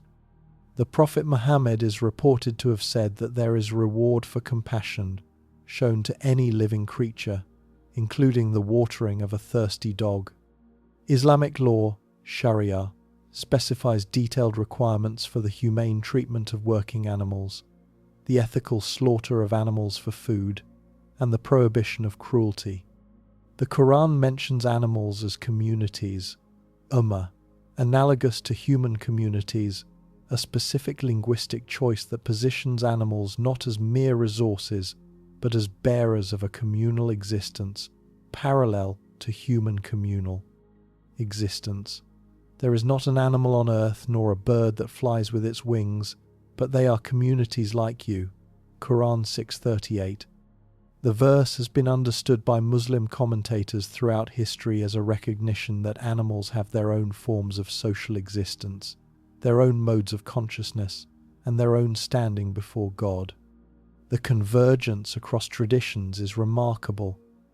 Jainism, Buddhism, Hinduism, Taoism, Aboriginal Dreamtime, indigenous traditions worldwide, and significant strands within the Abrahamic traditions all converge on the recognition that consciousness is widely distributed in the natural world, that non-human beings are genuine conscious participants in reality, and that the proper human stance toward the non-human world is one of respect, recognition, and ethical engagement rather than of extractive domination.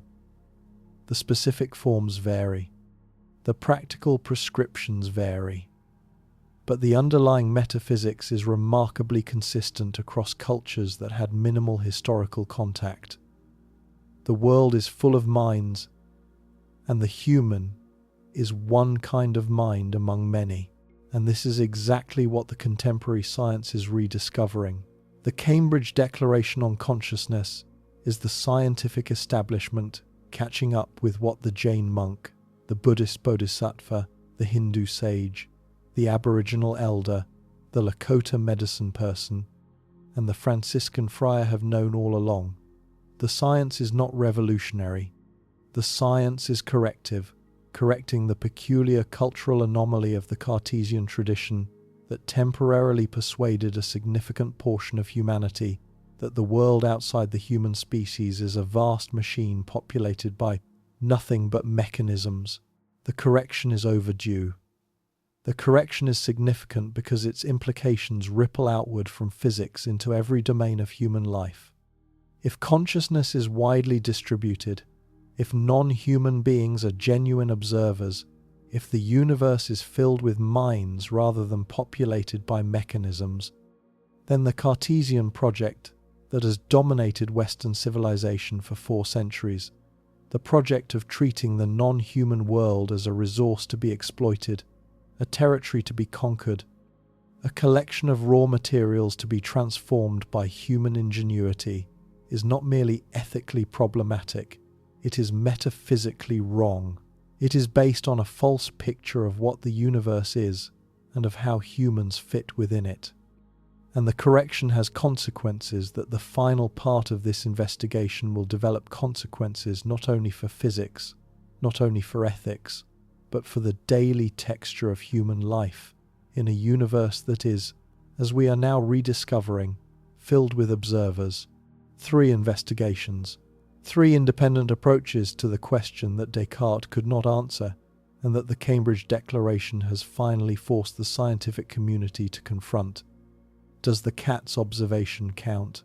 And the convergence between the neuroscience, the quantum physics, and the traditions produces an answer that transforms not merely our understanding of physics, but our understanding of what it means to inhabit a living planet. The neuroscience established the facts. The Cambridge Declaration of 2012 formally acknowledged that humans are not unique in possessing the neurological substrates that generate consciousness. Mammals, birds, octopuses, and many other creatures possess the circuits, the electrophysiological signatures, and the behavioral capacities that are taken, in humans, as evidence of conscious experience. The octopus with its distributed nervous system solves problems and dreams.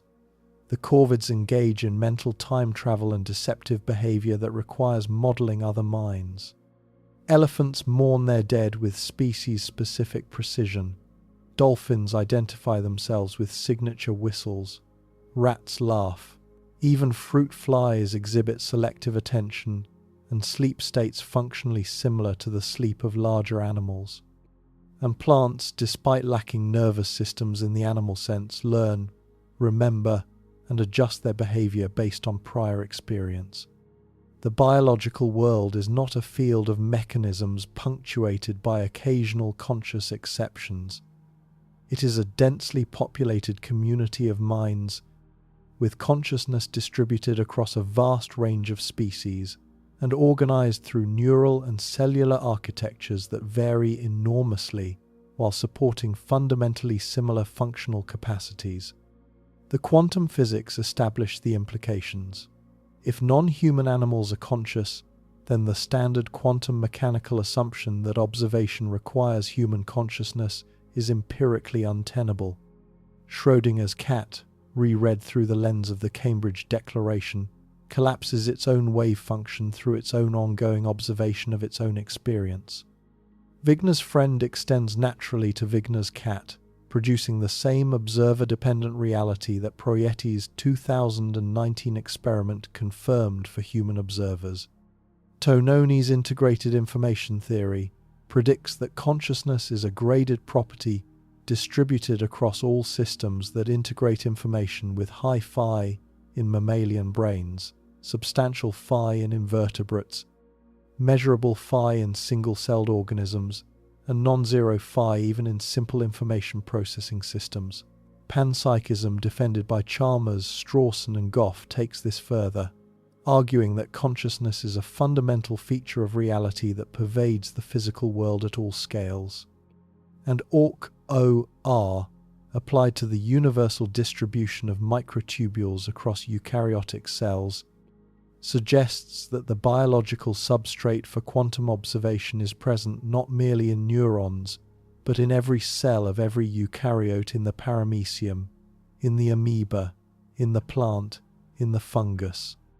The observer, in this emerging picture, is not a rare human specialty. The observer is everywhere distributed across the biological world and, depending on how one interprets the most radical philosophical positions, across the physical world as a whole. The traditions establish the context. Jainism, Buddhism, Hinduism, Taoism, Aboriginal Dreamtime, and indigenous traditions across the world have been articulating the insight that consciousness is widely distributed for thousands of years. The Jain ahimsa, the Buddhist sattva, the Hindu atman, the Taoist Tao, the Aboriginal totemic kinship, the Lakota mitakuye, Oyasin, all of them express, in different vocabularies, the same underlying metaphysical claim. The world is filled with minds, the human is one kind of mind among many, and the proper stance toward the non-human world is one of recognition, relationship, and respect rather than of extractive domination. The Cartesian framework that has dominated Western thought for 4 centuries is a historical anomaly, a peculiar, recent, culturally specific departure from the much broader human understanding that has persisted across cultures and centuries. And the contemporary science, in recognizing what it now calls the distribution of consciousness, is not inventing a new insight, it is recovering an old one. Now let us confront the objections. The first objection is the anthropomorphism objection. The behavioral evidence for non-human consciousness is ambiguous. Animals may produce behaviors that look like conscious behaviors to human observers, but the appearance of consciousness does not guarantee the reality of consciousness. Humans are biased toward attributing mental states to non-human beings. We do it spontaneously with our pets, with cartoon characters, even with inanimate objects, and the scientific claim that animals are conscious may be a manifestation of this deep-seated cognitive bias, rather than an objective assessment of the actual mental lives of non-human beings. The Cambridge Declaration, in this view, is a sophisticated anthropomorphism dressed up in neuroscientific vocabulary. This objection has genuine force, and it must be engaged honestly. Anthropomorphism is real. The tendency to attribute mental states to non-human beings is a well-documented cognitive bias, and the history of animal cognition research includes many cases in which behaviors initially interpreted as evidence of sophisticated cognition were later explained in simpler, non-mental terms. Clever Hans, the horse that was thought to be doing arithmetic, was actually responding to subtle unconscious cues from his trainer. The extraordinary behaviors attributed to some animals in earlier research have not always held up under rigorous experimental scrutiny. But the anthropomorphism objection cuts both ways. If we are biased toward attributing mental states to non-human beings, the Cartesian tradition was biased in the opposite direction, systematically denying mental states to non-human beings, even in the face of strong behavioral evidence. The question is not whether we have biases. We have biases in both directions. The question is what the evidence actually shows when examined with appropriate methodological care. And the evidence as documented in the Cambridge Declaration and in the decades of research that preceded it has increasingly supported the conclusion that non-human animals possess genuine conscious experience. The evidence includes not merely behaviors that look conscious, but also the neurological substrates that produce consciousness in humans, the pharmacological responses that parallel human conscious responses, and the physiological signatures, including REM sleep, emotional responses, and pain perception that correlate with consciousness in humans. The convergence of multiple independent lines of evidence is not easily explained as mere anthropomorphism. There is also an asymmetry worth noting. Anthropomorphism attributes human-like experiences to non-humans. The opposite bias, which Frans de Waal has called anthropodenial, refuses to acknowledge genuine similarities between human and non-human minds, even when the evidence warrants acknowledgement. De Waal, a primatologist whose work on chimpanzee and bonobo cognition has shaped the field for decades, has argued that anthropodenial is at least as common and at least as distorting as anthropomorphism, perhaps more so, because it masquerades as scientific rigor while actually imposing a philosophical bias, the Cartesian bias, onto the interpretation of empirical data. The appropriate methodological stance is neither naive anthropomorphism nor reflexive anthropodenial. It is careful observation combined with measured inference attributing mental states to non-human beings when the evidence supports the attribution and withholding attribution when it does not. By this careful standard, the Cambridge Declaration is justified. The evidence supports the attribution of consciousness to a broad range of non-human species. The second objection is the hard problem objection. Even if animals have the neurological substrates and the behavioral signatures of consciousness, this does not prove that they have subjective experience, that there is something it is like, in Nagel's phrase, to be them. The neurological substrates are the third-person correlates of consciousness. Subjective experience is a first-person phenomenon, and the first-person phenomenon cannot be directly observed from the outside, even in principle. We cannot verify that our fellow humans are conscious in the first-person sense. We infer it from their similarity to ourselves, from their verbal reports, from their behavior. When we turn to non-human beings, we lose the verbal reports. The behavioral similarities remain, but they are less direct. And the philosophical gap between third-person evidence and first-person experience remains unbridged. This objection is the hard problem of consciousness, applied to the specific case of non-human beings, and it is, in its strongest form, unanswerable. Not because the claim that animals are conscious is wrong, but because the verification of subjective experience is an intractable philosophical problem that applies equally to humans and non-humans alike. The same objection that leaves us uncertain whether the cat has genuine first-person experience leaves us, in principle, uncertain whether other humans have first-person experience. Solipsism, the philosophical position that only one's own mind can be known to exist, is not generally taken seriously in daily life, but it remains logically irrefutable. And if we accept, as almost everyone does, that other humans are conscious despite our inability to verify their subjective experience with certainty, then the same reasoning extends naturally to non-human beings. Their behavioral and neurological similarity to us is less close than our similarity to each other, but it is close enough to make the inference to consciousness reasonable. The cat's conscious experience is not certain, but neither is the consciousness of your neighbor, your co-worker, or your spouse. We are all making inferences, and the evidence for animal consciousness, on the inferential standard that we apply to human consciousness, is strong enough to warrant the conclusion that the Cambridge Declaration reached. The third objection is the observer requirement objection. Even if animals are conscious in some sense, the kind of consciousness required for quantum observation might be different from the kind of consciousness that animals possess.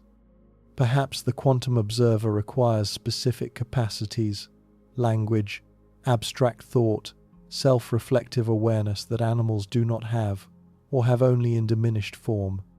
Perhaps the cat's awareness is genuine, but it is not the kind of awareness that collapses wave functions. Perhaps the criterion for quantum observation is more demanding than the criterion for mere consciousness. This objection deserves careful engagement. The problem is that the quantum mechanical requirements for observation have never been clearly specified. The measurement problem in quantum mechanics is called a problem precisely because we do not know what counts as a measurement, what distinguishes a measurement from a mere physical interaction, or what role consciousness, if any, plays in the process. Different interpretations of quantum mechanics give different answers. The Copenhagen interpretation leaves the status of the observer ambiguous. The many worlds interpretation eliminates the observer entirely. Decoherence-based interpretations attribute collapse to environmental interaction. Consciousness-based interpretations, from Wigner, Stapp, Penrose, to attribute collapse to conscious observation, but do not specify the required level of consciousness. And so the assertion that quantum observation requires human-level consciousness is not a specific physical claim. It is a tacit assumption that the physics community has never justified, and that the Cambridge Declaration, combined with IIT and panpsychism, now calls into serious question. The burden of proof, in fact, runs the other way. Those who claim that quantum observation requires specifically human consciousness must specify what feature of human consciousness is doing the work, and must justify the claim that this feature is absent in non-human consciousness. No such specification has ever been provided. The default assumption has simply been that humans are special. The Cambridge Declaration, the contemporary philosophy of consciousness, and the broader cross-cultural evidence from the traditions all challenge this default. And until a specific, principled reason for excluding non-human observers is provided, the reasonable conclusion is that observation is distributed just as consciousness is distributed. Now, let us trace the connections to every investigation we have conducted. The observer effect, which has been the quantum foundation of every investigation, is revealed in this series as fundamentally pluralistic. The observer is not one, not the singular, human, uniquely qualified consciousness that physics has tacitly assumed. The observer is many billions of conscious beings, from humans to elephants to bees to amoebas, each of them participating in the collapse of wave functions through their own perceptual activity. The definite reality we experience is not the product of human observation alone. It is the product of a collaborative, multi-species, perhaps universal observational activity that is occurring continuously throughout the biological and, if panpsychism is correct, the physical world. The heart investigation revealed that the human heart broadcasts electromagnetic information that influences the heart rhythms of others. The non-human observer series extends this. Animal hearts also broadcast electromagnetic information. Dogs, cats, horses, their hearts entrain with ours. Their emotions communicate through the same cardiac electromagnetic pathways that link humans to each other. Heart math research has documented that human-animal heart rate variability coherence is real, measurable, and bidirectional. The relationship between you and your dog is not only psychological and behavioral, it is also cardiac, two hearts in communication, two nervous systems in training, two consciousnesses collaborating in the creation of a shared physiological and emotional state. The placebo investigation demonstrated that belief creates biology in humans. The non-human observer series extends this. Belief creates biology in non-human animals too. The placebo effect has been documented in dogs, in mice, even in less complex organisms, indicating that the expectation mechanisms that produce placebo effects in humans are shared by many other species. Your dog's physiological response to a medication is not purely pharmacological. It is also psychological, shaped by the dog's expectations, by the context of the administration, by the dog's trust in the human who administers the treatment. The relationship between consciousness and physiology is not a uniquely human feature. It is a feature of the broader biological world. The free will investigation demonstrated that Process 1. The selection of a template from a quantum superposition is the quantum mechanism by which conscious choice operates. The non-human observer series extends this. Process 1 operates in every conscious being. Every choice made by a conscious animal to flee or to fight, to eat or to ignore, to approach or to withdraw is a process, one selection, a collapse of possibility into actuality, performed by a non-human consciousness exercising its own causal agency. Animals have free will in the same quantum mechanical sense that humans have free will. This is not a trivial claim. If animals are genuine process 1 agents, genuine selectors of templates from quantum superpositions, then their choices are genuine choices, not merely the outputs of deterministic biological programs. The squirrel that decides to run up one tree rather than another is exercising a form of quantum agency that is structurally continuous with the agency you exercise when you decide which coffee to order. The specific content of the choices differs. The basic mechanism, conscious selection from a field of possibilities, is shared. This has significant implications for how we think about animal behavior. The reductionist tradition in biology has often treated animal behavior as the output of stimulus-response mechanisms, genes producing behaviors producing reproductive outcomes, with the animal as a passive vehicle for the operation of the underlying biological forces. The Process 1 framework suggests a different picture. The animal is not merely the vehicle. The animal is the agent, the conscious being that, through its own choices, navigates the contingencies of its environment, selects from the possibilities available to it, and actualizes specific outcomes through its own quantum mechanical participation in reality making. The selection mechanism is universal. The exercising agent is the specific consciousness that makes the choice. The fear investigation demonstrated that chronic fear produces specific biological consequences: increased cortisol, shortened telomeres, degraded cardiac coherence. Animals experience fear.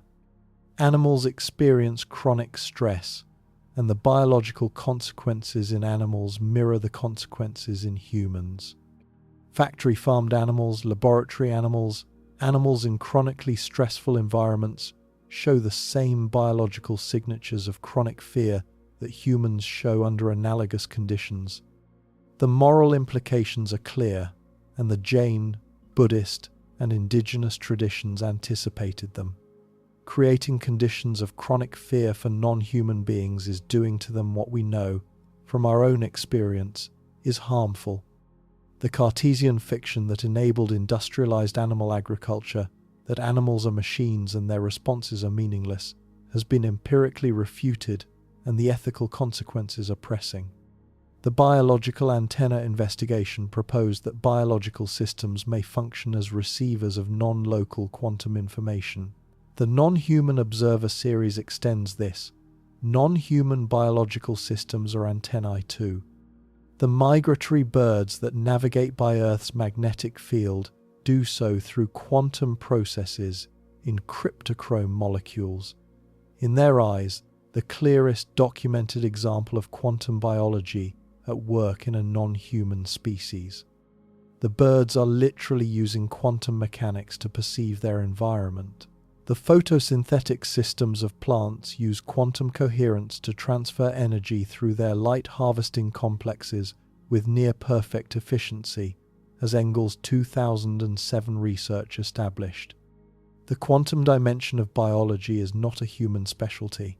It is a feature of life itself, expressed in different forms by different species, connecting every living being to the deeper quantum mechanical reality that the physics of the last century has begun to reveal. The synchronicity investigation revealed that meaningful coincidences may be perceptions of the implicate order's informational structure. Animals perceive synchronicities too, or at least they perceive the patterns that humans interpret as synchronicities. Dogs sense when their owners are about to come home.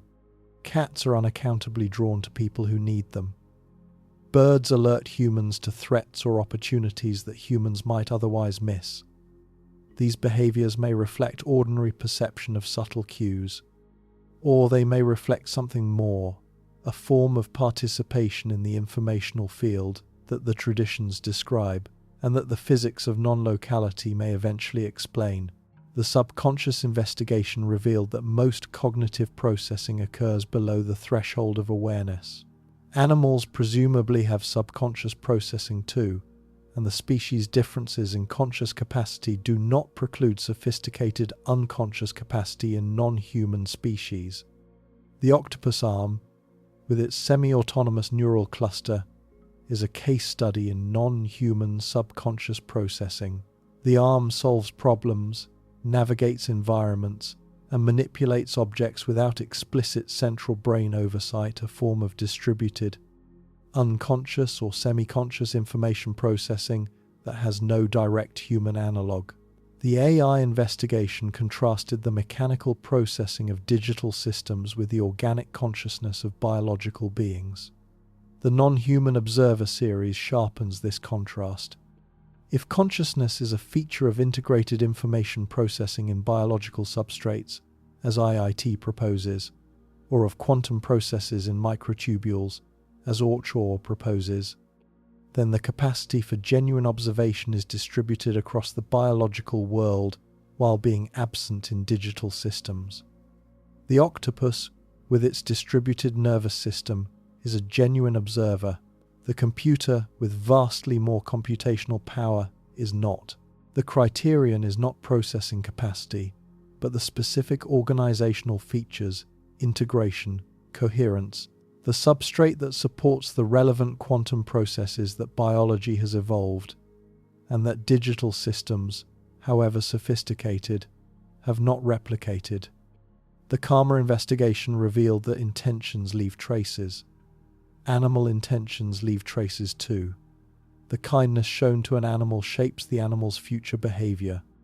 The cruelty shown to an animal shapes the animal's future behavior, and the behaviors deposited as karmic traces in animals, as in humans, affect the beings the animals subsequently encounter. The moral ripple effects extend across species. The treatment of a single dog affects the dog's caretakers, the dog's descendants, if any, and the broader community in which the dog participates. Karma, in the Buddhist sense, is not species-specific. It is a universal feature of the causal fabric of conscious existence. The music investigation revealed that specific frequencies produce specific states of consciousness. Animals respond to music. Cows produce more milk when classical music is played in their barns. Dogs and cats show distinct preferences for music composed specifically for their species. Elephants can be trained to play instruments and have been documented composing their own musical sequences. The neurological machinery for musical experience is not uniquely human. It is distributed across the mammalian world and, in different forms, beyond it. The OBE investigation demonstrated that consciousness may not be confined to the body. If this is correct for humans, it may be correct for non-human animals too. The reports of animals sensing deaths, of pets appearing to their owners at the moment of death, of the uncanny phenomena that populate the borderlands of animal consciousness, research these, may be artifacts of pattern recognition and selective reporting. Or they may reflect something more, a non-local dimension of consciousness that is present in non-human beings as well as in humans. The information investigation revealed that reality is fundamentally informational rather than material. If consciousness is an informational phenomenon, a specific kind of informational process, rather than a property of specific material substrates, then the distribution of consciousness across biological systems follows naturally from the distribution of the relevant informational processes. The amoeba, the paramecium, the bacterium, they process information in their own ways, and the information processing is the consciousness, not the specific molecules that implement the processing. The lucid dreaming investigation demonstrated that consciousness can be aware within a reality it recognizes as a construction. Do animals have lucid dreams? The question is difficult to answer. But octopus dreaming, documented in 2019, suggests that at least some non-human animals inhabit internal worlds during sleep that involve experiential content. Whether they become aware within those worlds, whether they achieve lucidity is unknown, but the basic capacity for an inner dream world is present in more species than the Cartesian tradition ever allowed. The immortality investigation revealed that aging is information loss, and that the traditions describe consciousness as the aspect of being that does not fluctuate.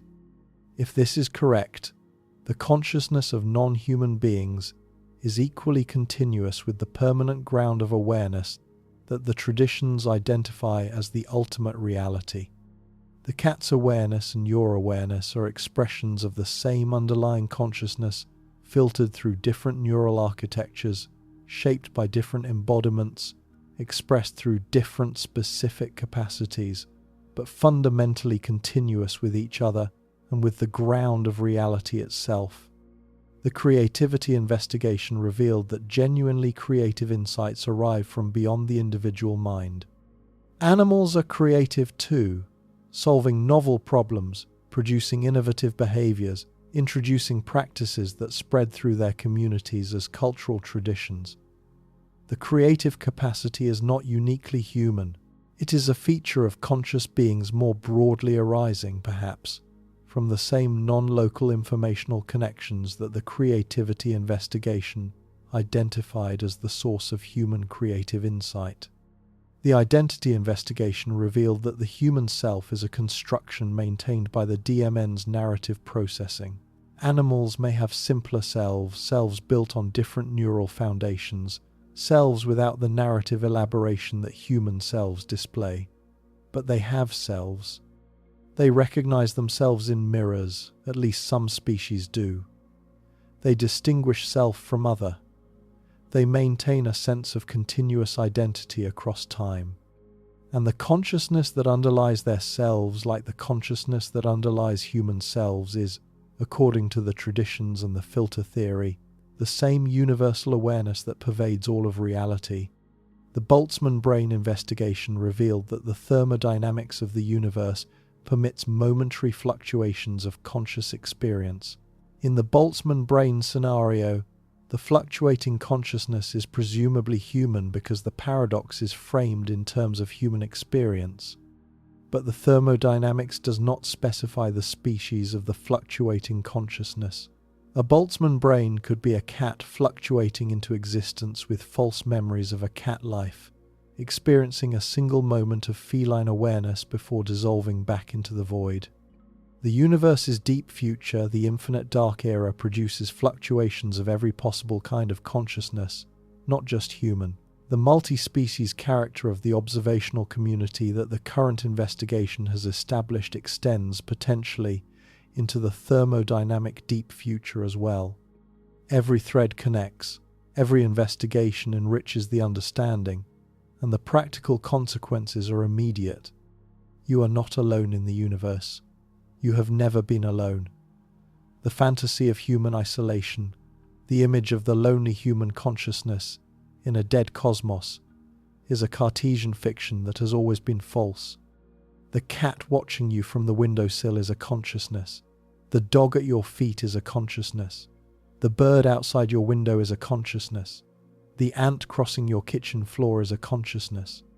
The tree in your yard is, in ways that scientists and traditions are beginning to articulate, some kind of conscious participant in the shared reality that you inhabit together.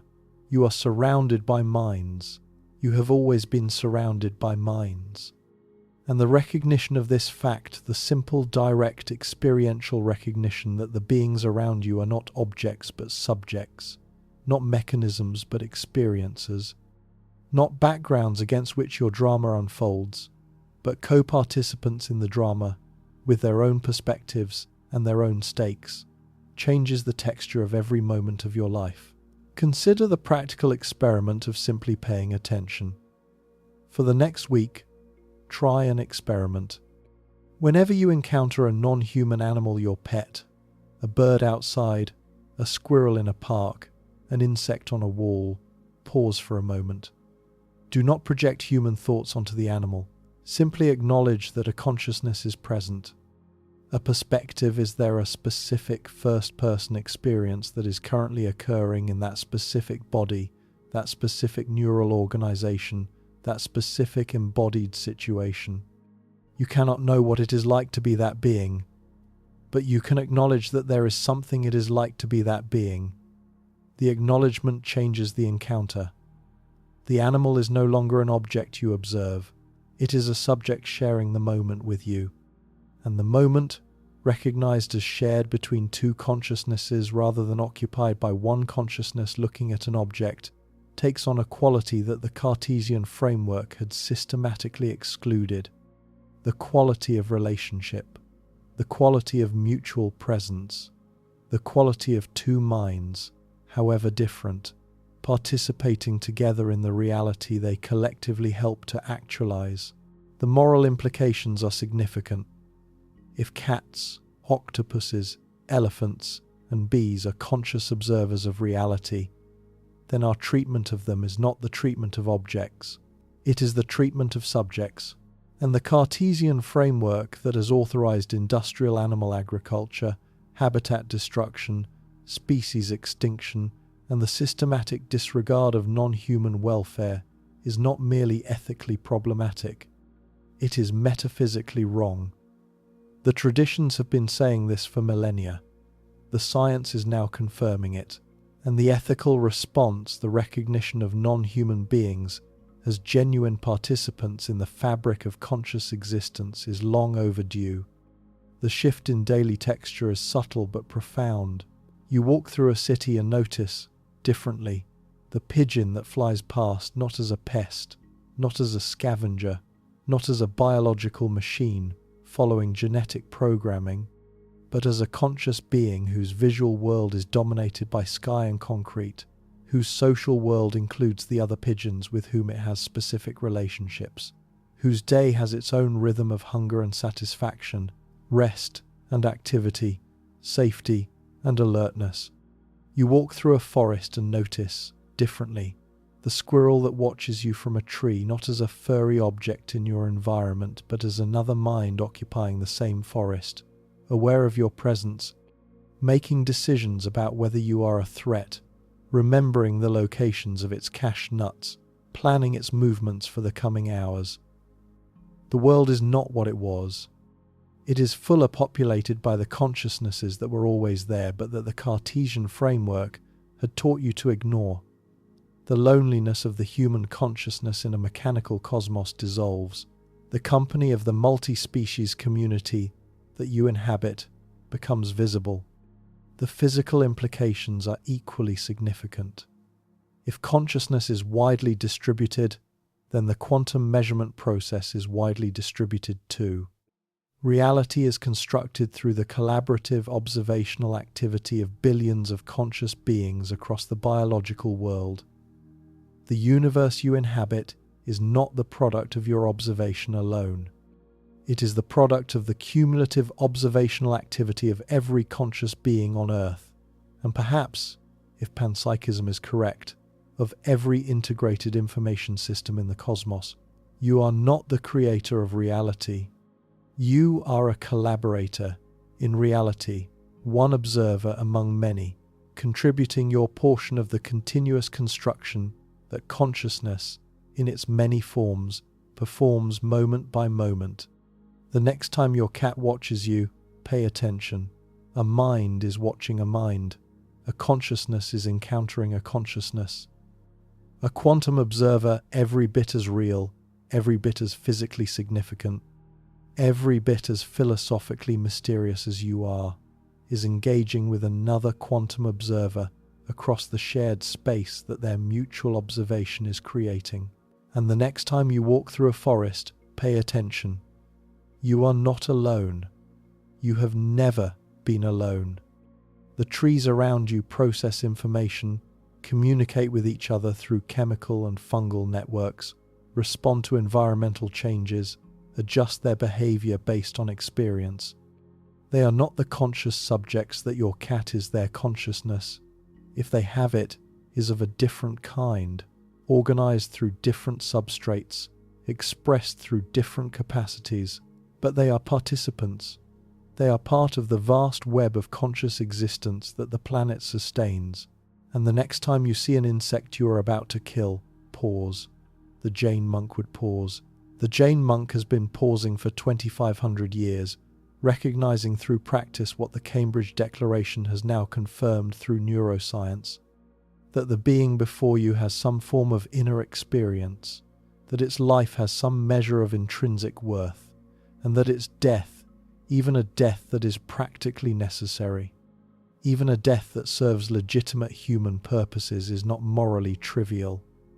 The pause does not require that you never kill an insect, but it requires that you recognize what you are doing when you kill one. The universe, as we are now rediscovering, is filled with observers. The Cartesian loneliness, the image of the solitary human consciousness surrounded by insensate matter, was always false. The world is not a stage on which you are the sole performer. It is a vast, collaborative, multi-species performance in which you are one participant among billions. The cat in your lap, the bird outside your window, the tree in your yard, the bacterium on your skin, the neuron in your brain, all of them, minds, not like yours, but minds, watching, perceiving, participating, each one collapsing the wave functions that their presence engages, each one contributing to the actualized reality that their observation helps to create, each one a participant in the vast collaborative project of consciousness manifesting itself across the surface of this improbable planet, and, if the physics and the traditions are both pointing in the right direction, throughout the deeper reality of the cosmos itself. You are not alone. You have never been alone. The cumulative effect of these recognitions is to transform your location in the cosmos. Before these recognitions, you were a solitary human consciousness in a universe of mechanisms, the one genuine observer in a vast expanse of unconscious matter. After these recognitions, you are one observer among billions, a participant in a collaborative project of consciousness that extends throughout the biological world and, if the most ambitious philosophical positions are correct, throughout the physical world itself. The transformation is not merely intellectual, it is experiential. The way the world feels, the way encounters with non-human beings feel, The way the natural environment feels, the way the texture of daily life feels changes when you recognize that you are not alone. You are never alone. You have always been in the company of other minds, even when you did not notice them, even when your culture taught you to dismiss them. And the most important task of your life perhaps is to learn finally, at last, after centuries of cultural disconnection, to see the minds that surround you, because they have been seeing you all along.